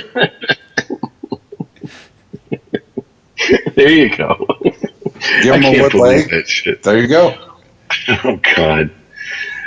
If he does get a leg cut off in a car accident or something, it's okay. Cleveland will still sign him to play. And start him. Exactly. The Lions probably signed him in the practice squad. Just to have him. Lions will give him a workout. Yeah. Manziel would still be working out. Exactly. That's what I'm thinking. One-legged fucking Brady and Manziel chucking the football back and forth. It's the XFL starting lineup. Yeah, I saw this schedule and I was like, wow. I did too. I was like, oof. I heard the cartoon. Wah, wah. It's like, it's going to be a long season here in Detroit. Oh, boy. See what happens when you put together winning records in consecutive season, Lions? This kind of schedules you get. You don't get Cleveland coming to town 4 times in a season. Yeah, Why are we playing Cleveland and San Francisco 4 times? all I can say is I'm kind of shocked that you and Iceman both say they're going to go 500. I'm really shocked with you, Chris. When I said 5-11, I was expecting first of all, I was expecting it to be like 16-0 from Iceman just because. And then I'd have them at 5-11, and you'd have them at 1-15 because they're bad, but they're not bad enough to be historically bad. So I gotta say I'm kind of shocked. Well, I mean, we luck out. We play Chicago twice, so there's 2 wins. Jets haven't signed anybody. I mean, that's... Unless there is some crazy movement after the draft here in free agency. I mean, yeah, I think half of their games are winnable. I mean, but dude, this is based on, we're right in April. we do this again in August, this shit might be a different story. Oh my God! Can you? Okay, if what you guys said comes true, they win their first 2 games going into Sunday Night Football against New England. Oh my God! Can you imagine the level of short bus retards saying, "We have a chance. We have a chance to beat them." Just blue, be 3-0. Honolulu blue and silver erections, hard, like beyond 4 hours, like a doctor just on call. Every hooker on back page. Yeah. In the Metro Detroit area is walking with a fucking limp because they've just been getting 3.5-inch blue vein diamond cutters stuffed in them for the first 2.5 weeks of the football season. Oh, God. Jesus. People will have Ebola and just blue Kool-Aid will be coming out of every orifice. Be Detroit Lions Ebola. If for whatever reason they win those first 2 games and they win against New England, I predict there will be a new pure Michigan parody Detroit Lions bit, because they had one when they sucked. Then they had one when Schwartz came, and that would be the right time for Lions bandwagon fans. That's pure Michigan. I mean, it'd just be a perfect time for one. Oh, God. God help us if they get to the bye, something crazy like, something in 1. Patricia will be able to fuck anybody's wife in the Metro Detroit area that he wants. Pretty much. And these guys would be raising kids named Maddie that aren't good and happy to do it. Matt Patricia would be the mayor of Detroit. If they get to every child born to a Lions fan is either named Matt or Patricia, depending on their gender. 9 months from game 3. These are our kids, Matt and Patricia. Oh, shit. Oh, God. All right. Well, yeah, I don't know. I've looked at a few other mock drafts. I cannot believe ESPN is so stingy that dude, they must go after people who post up just info on his mock draft, on Mel Kiper's mock draft. I seriously, individual picks are out there, but yeah. Well, we're just going through shady back channels. Oh, I'm trying to. I still can't find shit. Maybe this is where Twitter would come in handy. I don't know. I'm not really that active. But all right. So, anything else? Oh, yeah. Our favorite Irishman. So is he running New York yet? Is he the king of New York? Conor McGregor. Oh, why? What happened now? What did he do? Just he threw a.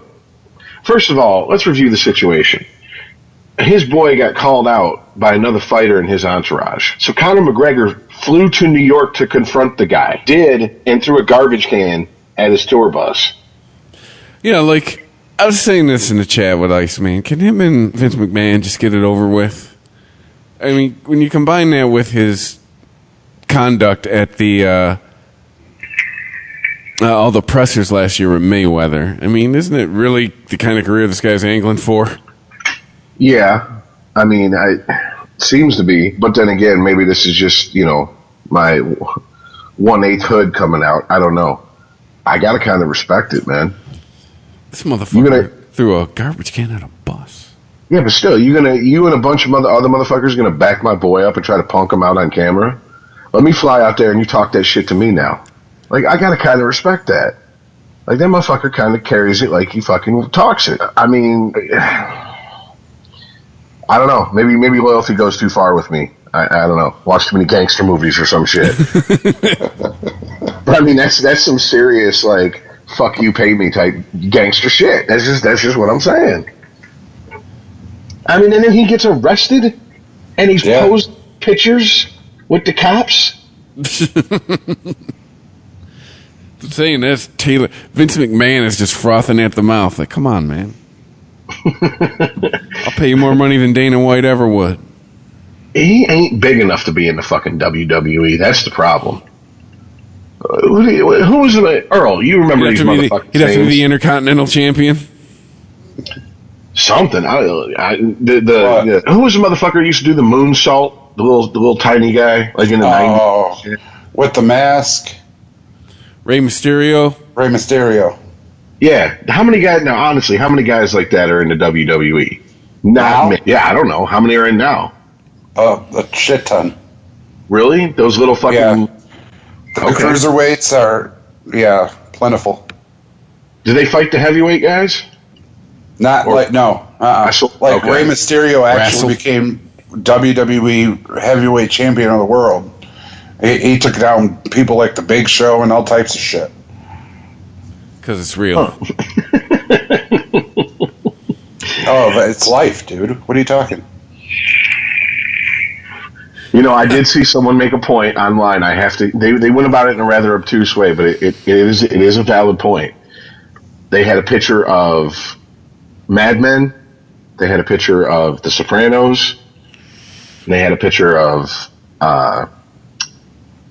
Breaking Bad. And they said scripted. And at the bottom it had two guys wrestling in a WWE ring, and it said, "Just let me enjoy my wrestling." I'm like, it's kind of a valid point. I mean, it's not like anyone's trying to. I don't know anyone from the WWE who's like, "Oh, this shit is real. We don't know who's going to win." Like that ship has sailed on that bullshit. Oh yeah, but no, still real when Mick Foley was picking thumbtacks out of his back. Yeah, no shit. And exhaling teeth through his nose. I'm just saying, just because the winner is already chosen before the show even gets set up, doesn't mean it's fake. No, I'm an old fan. I do. Still real. Yeah, the athleticism is still real. When you watch Triple H start fucking hurting people, and the next thing you know, he turns around and he can't move because his fucking quad is ripped off of his fucking femur. That's real pain. Yeah, Owen Hart did really die. He did fall from the top of Kemper Arena. Yes, he did. Oh, okay, so hold on a second. Isn't that your neck of the woods? Yes, it is. Kansas City. Okay, so Earl found at least the first round of Mel Kiper's mock draft. I don't know if this is the latest one, because if it is, it's different than what we read before. He has Allen going 1, Darnold going 2, Rosen going 3, and Barkley falling to Cleveland at 4. Right. Which Iceman's wet dream. Well, no, seriously, that would be the perfect fucking draft for the Browns. And they get the quarterback. Yeah, they get the quarterback they want. Plus, they get arguably the most talented player in the draft. Now, see, here's what I was trying to tell you. You could swap that. You could say that Cleveland takes Barkley because there's only one of him. But look at the the top 3 picks that Mel Kiper picked: Josh Allen, Sam Darnold, and Josh Rosen. You could have Saquon Barkley as your first pick. Giants and Jets are going to take one of the top 3 picks there, and that leaves you with the third one. So even if the Giants keep Sam Darnold, and I mean Josh Rosen or Josh Allen goes to Jets, you still got the other one. Cleveland is in the best position possible for this draft. If they fuck this up, I will leave the toilet bowl alone and talk just about the Browns. I swear. Yeah, it's like stealing candy from a baby, dude. Let's be honest here. It's not like talking shit about the Browns is there's no heart in it. You hate the Bears. I mean, you hate the Bears. You don't hate but they make it so easy to talk shit about them. Oh, here we go. Dude, they signed the butt fumble. Come on. What is PED ass? Come on now, leave the Sanchez alone. According to most women I've talked to who are not football fans, they think he looked cute when he took his GQ modeling pictures.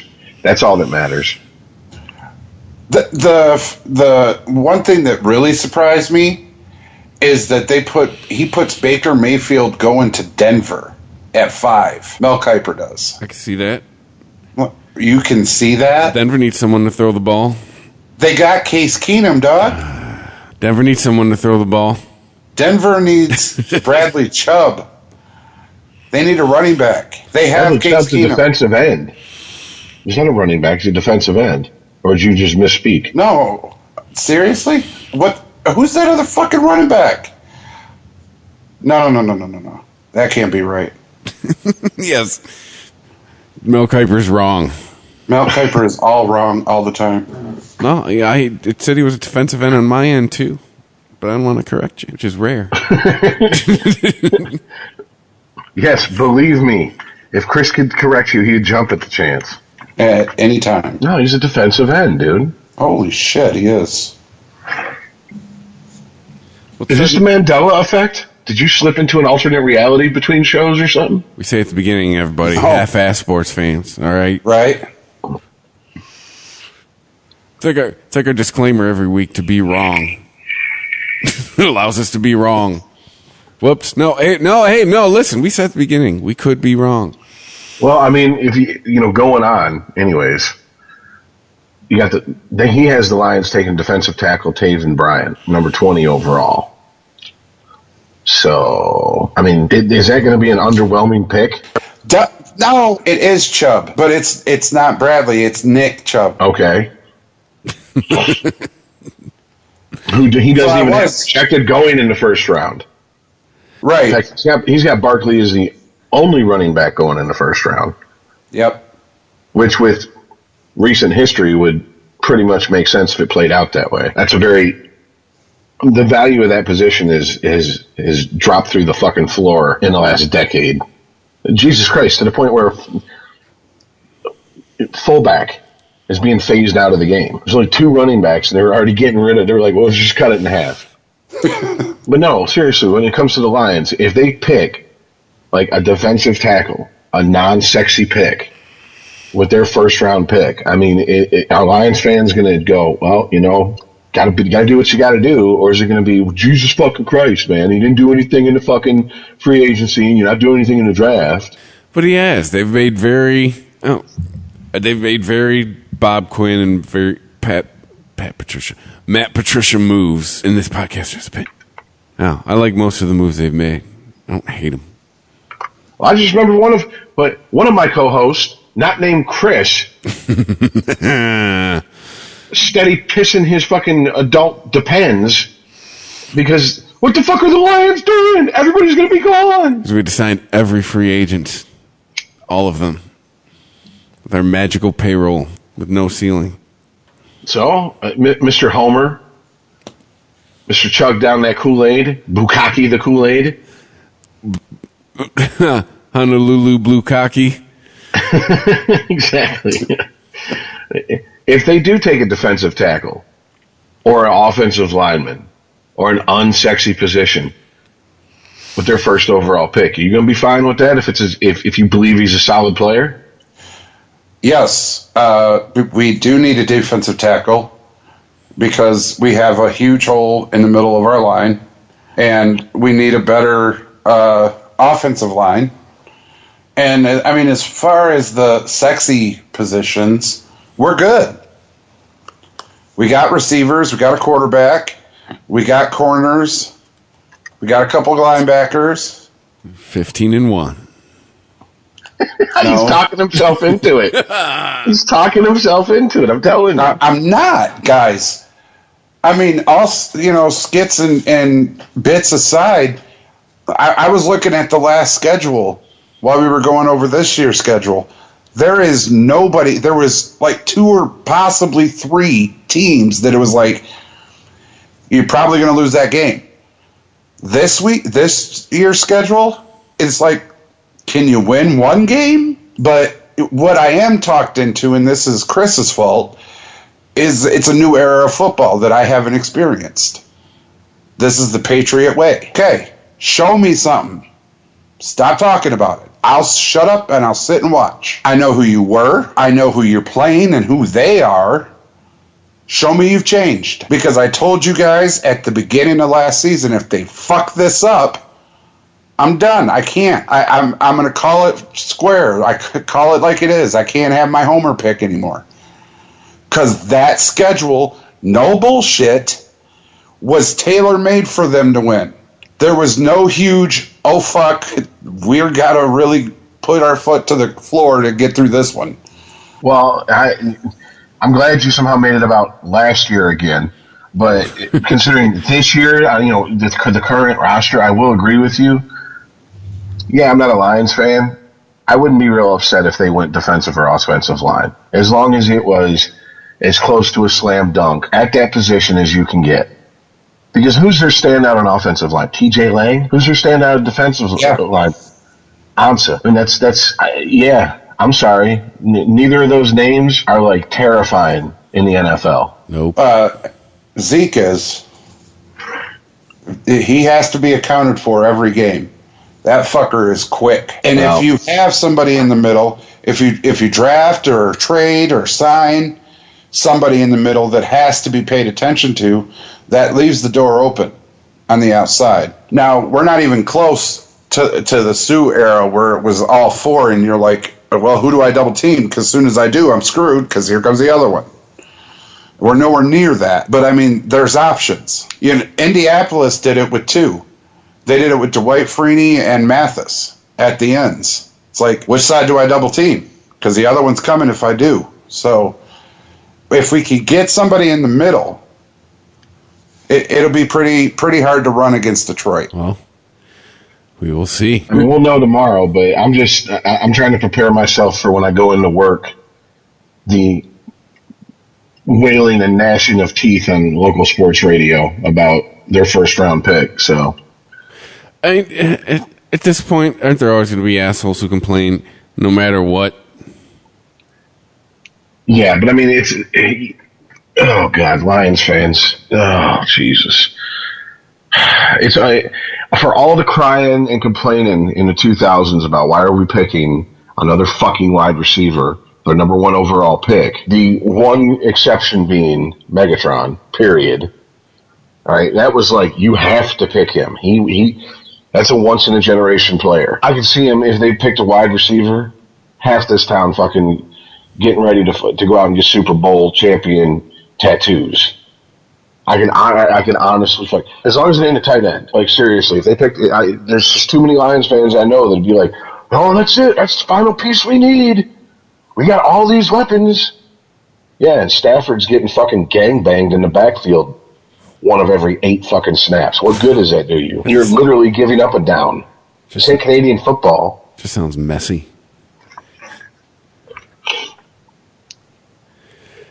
So, yeah, no, I'm with you on that one, Ice. You got to show up. A line is offensive and defensive linemen are just overlooked a lot by a lot of people. It's not the sexy position. It's not the position guys, every guy's name, et cetera, the big stats position. But it's a position you need to be strong. And I've been a fan of too many defenses that have had a defensive line that was just like, what are you here for? Pain.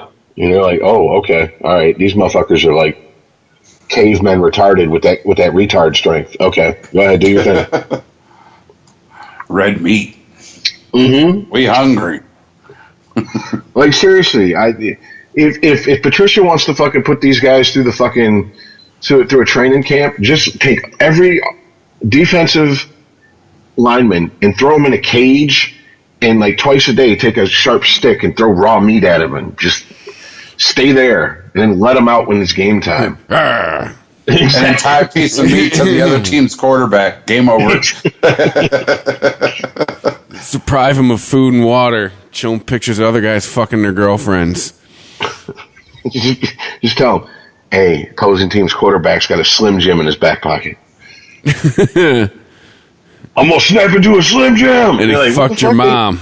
Exactly. Get that fucking water boy retard strength going and shit. Yeah. But, all right. It's a middle of the road line defensively. You got Ansah, Jeremiah Ledbetter, and what's his name? Anthony Zettel on the other end. You need one guy in the middle. And Ledbetter, I love you, but sorry, you're not him. that needs to be a huge threat, and then it'll be hard to run. And they have absolutely nobody on the offensive line that people are like, well, we can't get through that side. All right. Well, no, go ahead. No, I was just going to say, I mean, then there is the fact that it is the Lions. And when they go, I mean, anybody, Riley Reef, anybody? Wah, wah. You know what I'm saying? I mean, that one had to feel good, right? So I'm just saying, like,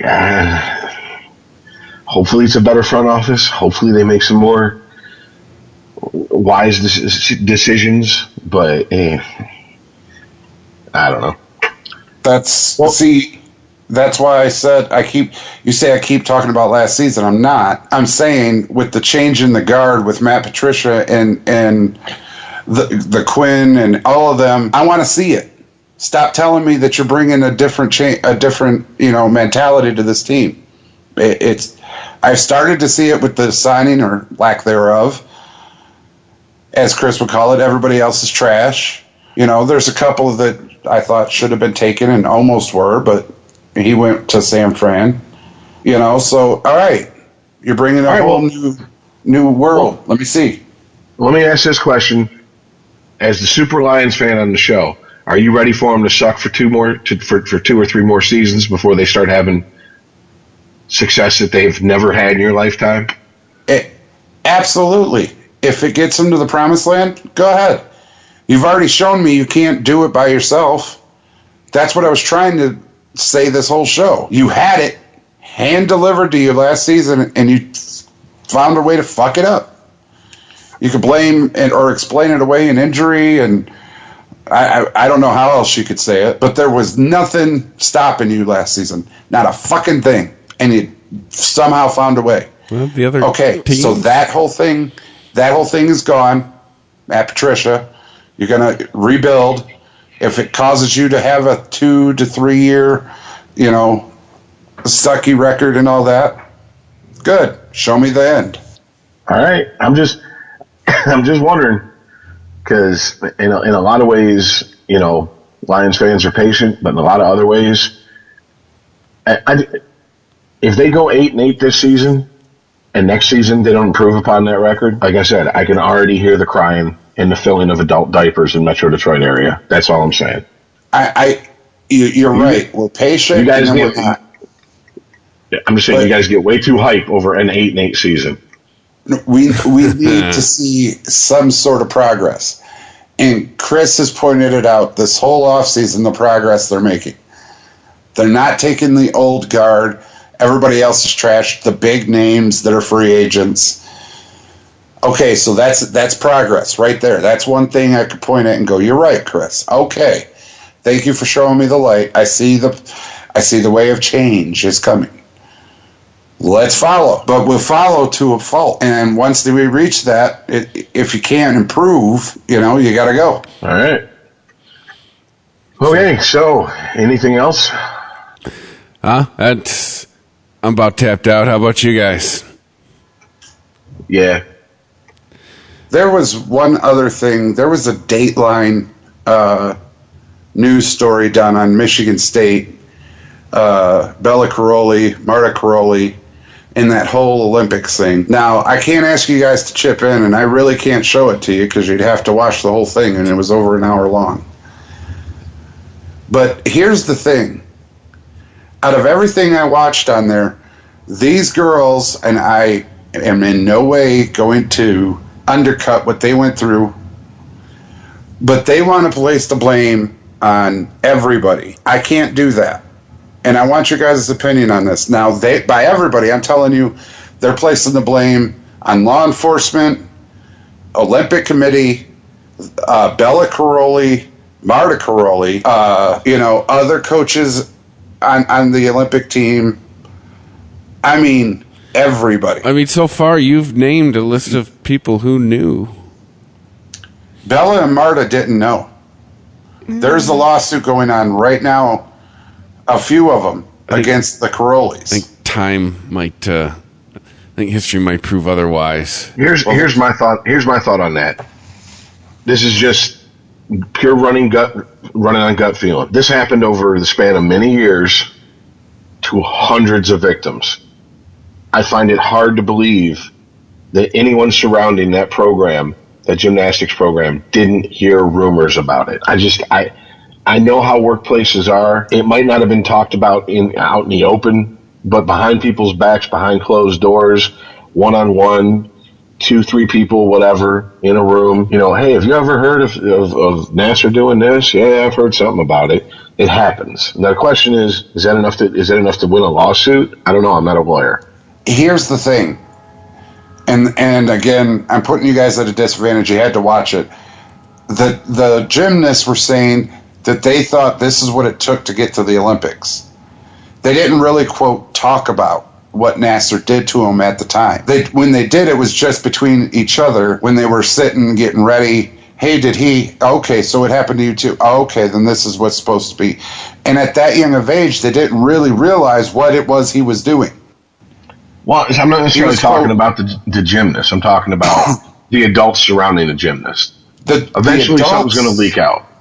Right, but the adults never heard of him doing any of this until later in the 2000s, when the girls started actually talking in public, or not public, but like in a car ride with the coaches. Well, I think no matter what happens, there's going to be a clean sweep of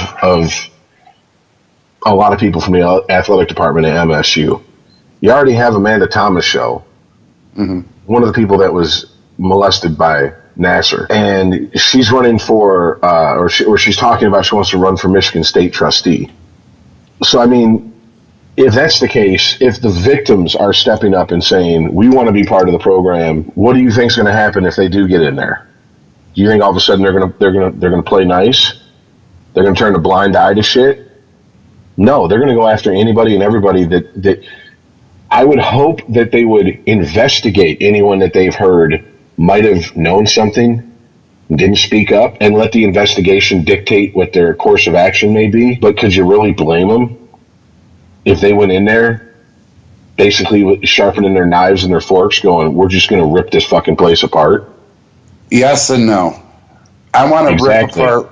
I want to rip apart what hurt me. I don't want to be as wrong as the person that did hurt me by ruining somebody else's life, and that's what I'm afraid of. I watched Bela Karolyi and his Olympians ever since I was a kid, and I think that hinders my judgment in this. That's why I brought it to you guys, because I find it hard to believe that he knew. And Marta even said, the parents of these kids were in the room with him when some of these allegations supposedly happened. If the parents of these kids haven't said or done anything at that time to say this is wrong, what's going on, how am I supposed to know? He was a master manipulator of everybody, is what Marta Karolyi said. And I would just hate to see somebody like the Karolyis, who came over from Romania, quote, American dreamed their ass to where they are today, get torn down by somebody like Nassar. But see, those are just the high-profile people that might be in the crosshairs. I mean, you have the Title IX investigator who, at the end of their investigation, said that the girls didn't understand the difference between and this is a direct quote, a nuanced difference, unquote, between sexual assault and an appropriate medical procedure. Now, the article I just quoted doesn't even name the Title IX investigator. I mean, so this is what I'm getting at. If they're going to clean house, they're going to go after the most high-profile people they can and hope it trickles down. And if you need any proof of that, look at this shit with fucking Penn State. As of last year, they were still convicting motherfuckers and throwing them in prison over that shit. Right. But they weren't the high-profile people. It wasn't Joe Pye. It wasn't Sandusky. Joe Pye died. Sandusky's in prison, but they were still going after people. That's, and this is way bigger than Penn State. Oh yeah. This goes way deeper, way more victims, whole lot more moving parts. I mean, I don't think.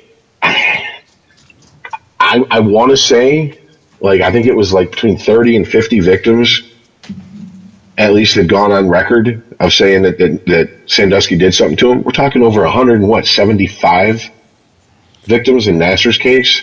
And these are the ones that'll say something. 265. Yeah, and the beginning of the year, that number was around 150. And Chris, you're absolutely right. These are the people that are coming forward to say something. How many aren't? So, I mean, this is just going to be bad fucking news. And I don't know how I feel at this point. Because, I mean, look, I am, when it comes to punishing other sports for what happened in this sport, just because they were all underneath the umbrella of that athletic department, I have a problem for that. If there are situations where there's dirt that was done by the football team, the basketball team, that is separate from this, the Nassar case, then go after them for that. But don't punish them for the Nassar case, because then you're making martyrs of them. Right. Where I could tell it's more of a culture at MSU that's been established. That's everything's okay and everything's going to be swept under the rug and hush hush. You know, you got two basketball players that raped or sexually assaulted, as it was a girl. You got Nassar. You got some football players that did some things. So they've established a culture. So it's not really penalizing the basketball team for Nassar or the football team for Nassar. You got Nassar, as big as that is. But you also have these incidences also that were swept under the rug. But that culture goes both ways. That culture that excuses athletes in basketball and football. Now, I know this is going to be a very unpopular thing to say, but I'm just wondering, because odds are it's happened. You're telling me if you're a top gymnast who is somehow attached to MSU and you do something stupid, that MSU isn't going to try to fucking sweep it under the rug just as quick as they would for a football or basketball player, especially if you have a shot at going into the Olympics and winning? Or maybe you're the doctor for all these type of people. That's what I'm saying. Like, it goes both ways. People turn a blind eye to Nassar because he was the quote-unquote rock star of the gymnastics doctor world, which is like, what? It doesn't even make sense to me. I can't even comprehend that. You're a fucking doctor. Yeah, that's a thing? Yeah. But apparently it is. I mean, and just as much as people who wanted to protect him will go, well, they swept all these allegations and rumors under the rug. You're going to tell me that if a top gymnast did something stupid, went out and got busted, drunk somewhere with an MIP, that the same people that would cover for Nassar wouldn't rush in and cover for a gymnast? Yeah, absolutely. But, I mean, actually, personally, I think that's one and the same, Rich. That is contributing to the whole culture. And don't get me wrong, this isn't just MSU. This is just the biggest one. But sweeping illegal and unpopular incidences under the rug is, I mean, it's the culture there, and I think that's why it's going to crush that college as hard as it is. Not just Nassar. Earl, as much as I agree with you, it's the culture. That's the culture of all college sports. That's what I said. It's not just MSU. It just happens to be the biggest one right now. Exactly. That's just like the biggest college basketball scandal right now is Louisville. But, I mean, that's not the only one. Obviously, there's other people in the FBI investigation, but that's the biggest one. Because you have one of the biggest coaches, on tape. And it's just, you wonder how we get things like the millennials. Well, it makes me wonder this. What is the end game here? Is the end game for the NCAA to sit back, keep their hands out of the fucking pie, and let the legal system deal with it? Or are they just laying back in the buckwheat, letting the legal system deal with it, and then they're going to come in and drop like a bombshell, like the entire athletic department to MSU gets the death penalty for 2-3 years? I think that is almost a given to me. which means the stoners aren't even playing fucking frisbee golf for MSU at that point. That means there's no organized sports on that campus for a year or two. Right. That will set MSU back at least a decade, and that's being very, very generous. So you would think, but then here's the thing: the more we talk about this, the more I'm like, at this point, why do I care if that's if that's how they come down in that athletic department? Because that athletic department is proven to be so incompetent that they can't even do what every other fucking athletic department does and get away with it. And I'm not talking about the Nasser situation. I'm talking about. I know what you're talking. I know. You know, if you're gonna do some ill shit, then you better be good at covering your tracks. And they are just. It's like when Kwame got busted here in Detroit. You know, doing his shit as mayor. I was like, he didn't do anything any other fucking mayor in my lifetime in Detroit hadn't done. He's just too stupid not to get caught. Yeah. Is anybody really shocked? Let me ask corruption like this? No. Let me ask you guys this though. That question right there, Rich, shocked. No, we're not shocked. You're right. And we're talking about death penalties and Louisville and MSU. What if the FBI says no more NCAA? You're over $1 billion, you grandstanding motherfuckers, and you let all this shit happen to these kids. Tell me that they don't deserve to be disbanded. The policing body. That is going to go before the Supreme Court, before a final decision is made. The NCAA is not going down without a fight. They will take on the United States government quick, fast, and in a heartbeat. And I hope they lose. If you're the policing body of these college athletes, including the Olympic gymnasts, you're the one, you're the people, and you let all of this shit go, all of it.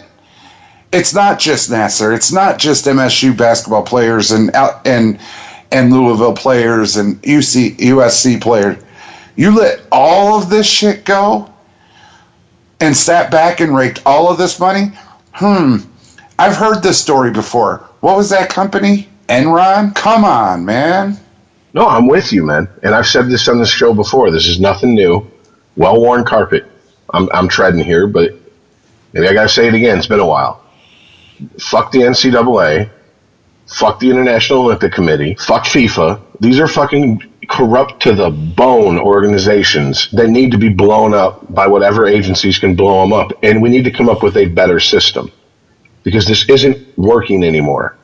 It's not just now a matter of athletes not getting paid.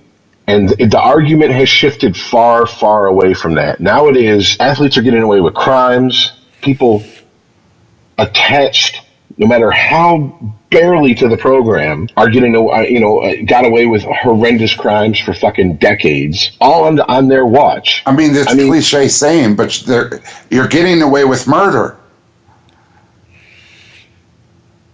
Let me ask you a question.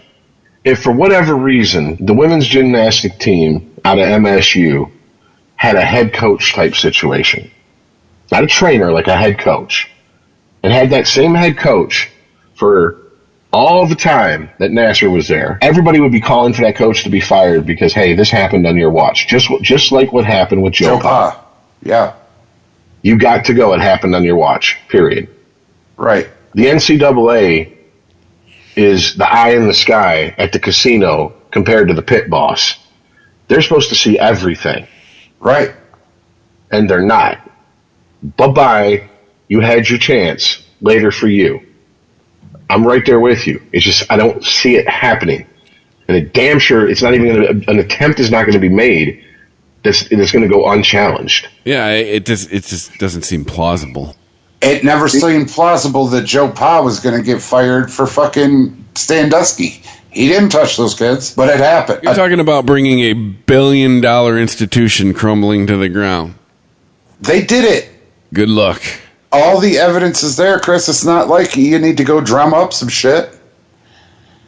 I mean, for God forbid, whatever the FBI starts to drum up on top of what's already happened. I think what would probably happen. If it was me, you, or Rich, we would be under Leavenworth. Yeah, but we don't like have in the bowels of the basement. we don't generate billions of dollars of revenue. Okay, but we also don't hurt kids, dude. They are hurting kids. And I don't care who you are, they're not people, especially in today's society, are not going to let a $1 billion organization like the NCAA get away with hurting these kids. The only way I can see something happening is the NCAA does what the NCAA always does.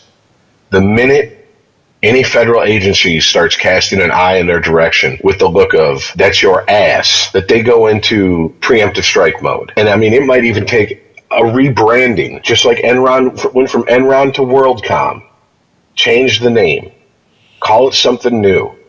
Fire everyone at the head, because they're all puppets for the fucking people who are making the money anyways. Like, we talk shit about Goodell. Goodell is the owner's bitch. And there's a reason Goodell is still the fucking commissioner, thank you, of the NFL, because he makes those owners money. So they'll get rid of the fucking puppet regimes that are in the top of the NCAA. The owners who make money, people who make money, will install new people. They'll slap a new coat of paint on it, and they'll say, is that good enough? They might pay some heavy fucking fines, but as long as enough money exchanges hands, I have no faith that there's going to be real change. There'll be lip service, but that'll be it. I unfortunately, I agree with Chris on this. This is a $1 billion industry. They're not going to risk fucking blowing it up completely without something to take its place waiting in the wings. It's like the people who think the NFL is going to come crumbling to the ground. Yeah, okay. Yeah, but it started to slip. Anyways. No, listen to me. You're right. But it will take a while. Do you see what I'm saying? Oh, yeah. But see, that's where I'm at with this, with the NCAA.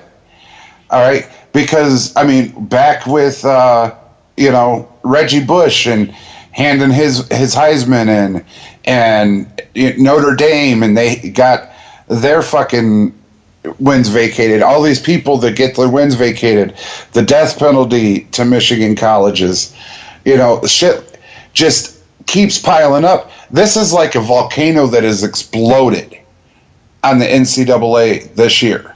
All of these allegations, all of these incidences, all of these crimes that have come to light is like a big ass fucking eruption. Now, all of these little things where you put sanctions and death penalties and vacations and all of that shit, you did all of that and trying to hold it together, it exploded in your fucking face, man. And now you're fucked because you reported that you've collected over $1 billion fucking dollars. And what did you do? You let all of these fucking crimes happen. Yes, you gotta go. Dude, look, you are arguing into a mirror at this point. We all agree with you. But my problem is you keep going back and sensation. This is blowing up. This is a volcano. This is a hand grenade. This is a fist up your asshole. Okay, we get that, dude. Now, what do you think needs to happen? Tell me how you want the shit to be restructured. Okay, the NCAA has to go. That's you have to have a representative. But that's not realistic. Hang on, it is realistic. The NCAA has to go. You have to have a representative at each qualifying college for a sports team that monitors that college. Have a whole office at every fucking college to monitor student athletes and the programs. This is what you want the NCAA or whatever governing agency takes over, or they rebrand themselves as. This is what you want them to do. That's what they have to do. That's the world you live in. Okay. You fall so far behind the times that this is now the fucking measure you have to go to. Okay. Now, here's my question. Does that come out of the university's pocket or the NCAA's pocket? So there is an office with a representative at every single fucking school that has college athletics. Comes from the school. You're going to see a lot of schools stop having college athletics. I'm not talking about U of M. I'm not talking about MSU. I'm not talking about Ohio State. I'm talking the smaller schools. Okay. And I'm okay with that. I mean, if you can't afford to protect the kids, you can't afford to have the fucking program. That is why you're in the situation you're in. And why I agree with you on this point in this particular instance with the examples that we've been given with Nasser and everything. My concern is that starts down the slippery slope of, well, if you can't protect the kids, then the next thing is going to be, well, what about all these college football players and hockey players that are getting CTE? You can't protect them. So those sports got to go, because you know people who want college sports gone, and yes, they're out there, will use that as an excuse to fucking go, because you can't give these people an inch because they're going to try to take a foot every time. Yeah, but you can't just stand on the wall and say, well, I'm too scared to step down.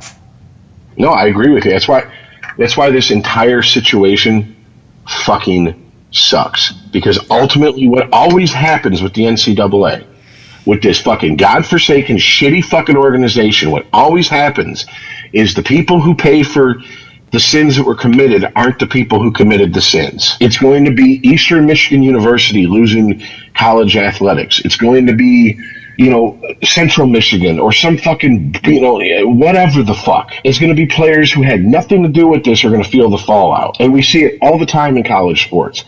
USC, the whole fallout from the Pete Carroll era at USC didn't affect any of the people except for fucking Reggie Bush giving his Heisman back, but it didn't affect any of the fucking players that actually were on the team and maybe doing the dirt themselves at the time. That's what sucks. And that's what's scary in this, because these girls that were molested have a right to get justice. The problem is that this going to, and that I'm seeing it as, is this going to bleed over into other things that really have nothing to do with this? But we've become so adept at connecting dots, even where they don't connect, period. We'll force them to connect. And this will be a chance for all the people with the toxic masculinity, the privileged people to come out and say, see, it's all toxic, it's all horrible. I think you're in danger of running into the sanctimonious attitudes like the Iceman's kind of got. Well, if you can't protect the children, then you don't deserve it. I think there's going to be a lot more more kind of blowback than we think. I can't agree with you that it's sanctimonious, man. It's a legit fucking concern. But the problem is, that it's not going to stop with the gymnastics department at MSU. We all know that, if we're being honest. This will just be a springboard. This is all it ever is. That's the problem here. These are people that nothing is ever good enough. There is no compromise. No, I'm with you, Rich. I see where it can head. I can see where it's probably going to go. And if it heads that way, that's shitty. But something has to change, my friend. And that's where you and I meet at the same exact crossroads. I'm sitting there saying the same thing as you. Right. It's if we go that route and it's masculinity and it's toxic and then it's all gone, well, then that's what it is, man. But we've come a far cry from where we're paying athletes to sign letters of intent all the way to, like I said, you're damn near getting away with murder. The step down is your really fucking little kids. Hey, I'll play the SJW argument here. So we care when it's kids, but when it's college-age women, we don't care. Baylor, looking at you. No, that's the thing. We've come that far that it was just pay a couple of recruits and get a couple of blue chips to sign in my school, and I'm a booster. I'm an alumni. I want my school to win, so I'm going to pump some money into my school. Wink, wink, nudge, nudge. Make my school colors proud, all that shit. We've went from all the way there to we've already bypassed the women that got gang raped. Yeah, we've way past that. Now we're fucking little kids, and that's not a metaphor. We were actually fucking them and getting away with it for years. No, it's time. But the argument I'm making is, I guess, abuse is abuse, man. Abuse is abuse, my friend, and you're right. Looking the other way on a rape of a 25-year-old is just as bad as looking the other way of a rape of a fucking 12-year-old. And that's not true to me. Really? Rape is rape, man. No, I agree. Rape is rape. and it should be charged and prosecuted and dealt with the exact same way. Mentally, not the same. The 25-year-old is going to handle that way fuck all different than the 12-year-old. All right. We'll agree to disagree because we need to end the show soon. I mean, but honestly, dude, at that point, we're really splitting hairs. We're arguing about whether it's worse to be gut shot or knee shot. Exactly. How about I don't get shot? 100%. Why do I have to get shot in the first place? That's really the question here. So here is where I'm at. I can understand. I would have to side with the people who are like blow it all up, but I can't do it for the reasons they want. And I have to look at everybody affected by it and go, all you freshmen coming in and all you people had nothing to do with this. I'm sorry, you got to pay the price. And then I got to look at everybody who fucking jumps out the airplane as it's going down with their golden parachute and go, you fuckers, if there is a hell, you'll burn in it. Because not only did you allow these girls' lives to be ruined, you destroyed the hopes and dreams of people who have worked almost their entire life to get to the point where they're at. But because the almighty dollar was more important than a human being to you fucking scumbags, it all has to be tore down now. See, that's when they say the comet will be here in 3 days, point me in the direction of their houses. Let's go to their neighborhood. As I throw them out of their bunker and take it. As I say all the time, just drag them out their house, and then the whole time they're screaming, just very calmly and quietly lean over, look at them, and go, "You ever see what they did to Mussolini?" And start stringing them up. Because fuck it, they're absolute fucking scum. We all know this. And if this wasn't a long history of covering up sexual assaults, doesn't matter to me whether it was 18 to 22-year-olds or 12 to 15-year-olds. It's just there has to be something done. Period. And as much as I can look myself in the mirror and be comfortable saying, as long as the football program and the basketball program weren't covering up assaults on their end, which is now seems to be coming out that they've been doing for quite a while now. I mean, more so than we even have gotten wind of and rumors of around here, then I would say leave them alone. But now that all this shit's come to light, it's just dead bodies floating to the surface. Oh, there goes another one. Oh, there's another one over there. And I just don't, it sucks, man.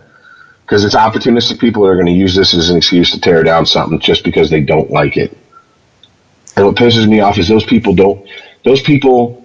would have jumped on anything they thought that was going to give them the best chance to tear down college athletics. This is just the perfect storm of bullshit for them to jump on because they can do what we love to do in this country. What about the children? And right there, people fucking lose their... If you mention burning the flag, kneeling for the national anthem, or someone hurting children, this entire country loses its motherfucking collective minds. Yeah. Period. And that was my point, Chris. It wasn't 25 or 12. The society says that the 12 is worse, and society will come to the rescue of the 12-year-old. They'll hold the 25-year-old, and you'll be strong, and you'll get through it. But the 12-year-old, they're coming with torches and pitchforks. Well, that's fucked up. It is someone getting taken advantage of. Someone getting taken advantage of. Oh, you're absolutely right, man. You're absolutely right. And that's why in prison, child molesters and rapists get it first. There's your two soft targets in prison. They hold their neck and neck with each other. Soft pink targets. But all right. I just wanted to say one last thing. I don't think this is an issue that's going to disappear off of fucking the radar as much as I expected it to when we first started talking about it. I was absolutely wrong on that. This is going to be shit. There's going to be fallout. If we're around in 3 years in this podcast, we'll still be talking about the fallout of this shit. Talking about when Izzo had to resign in disgrace. Actually, it's looking more from B. D'Antonio. But, we'll get there when we get there, huh? Izzo gets fired in disgrace, instantly becomes the Pistons' new head coach. NBA calls him immediately. Hey, we got a place for you in the NBA, son. You like to cover up rapes? Marky Mark gets fucking let go as the head coach. instantly becomes the Lions' new general manager. Hey, you like to cover up rapes? Would you like to coach the Lakers? Oh shit! Actually, you know what? You know what would be funny as hell is if D'Antonio got the boot and then U of M called and was like, "Want a job? Don't even really have to move. You can stay in Michigan. Keep your house." Yeah, commute to work.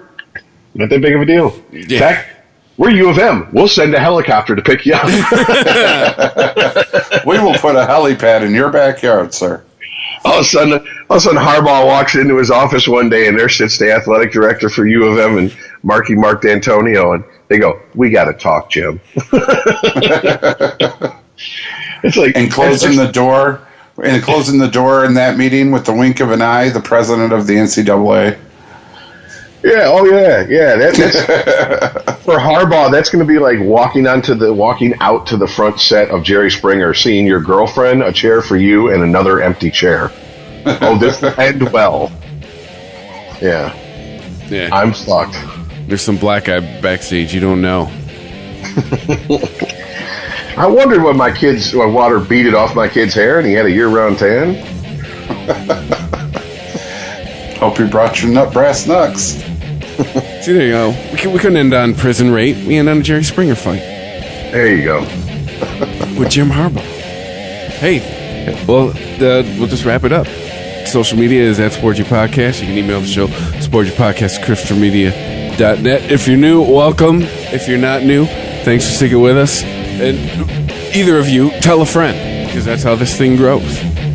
We thank you for listening, and we'll catch you next week. All right, later, guys. Peace out, y'all. If you like this show, please tell a friend. Please follow us on Twitter and like and share us on Facebook by searching for Christopher Media. You can subscribe to all ChristopherMedia.net shows for free on ChristopherMedia.net. Please make sure to rate and comment on all your favorite Christopher Media shows. Thank you in advance for supporting Christopher Media by clicking on the PayPal button and by clicking through to all the sponsors who support ChristopherMedia.net. Thank you for visiting ChristopherMedia.net, and thank you for listening. Thank you for visiting ChristopherMedia.net. Of all the streaming services out there, only one is different. Discovery Plus. It's the greatest collection of real-life entertainment on the planet. 55,000 episodes of food, love, true crime, home, from networks like TLC, HGTV, and tons more. Yes! With stars like Chip and Jo, an exclusive new series from 90 Day Fiancé, all in one place. Bam! Discovery Plus. Stream now. Stream what you love. A different future starts with you. That's why GoDaddy does more than help you find a name. You can create, sell, and get found online so any small business can drive change or build an empire. Because old ideas aren't cutting it anymore. This new year, we need a new generation of thinking, your way of thinking. So whatever you have in mind that will help make a different future, find everything you need to get started at GoDaddy.com. Because the future isn't decided yet. It's still ours to win. Start different at GoDaddy.com.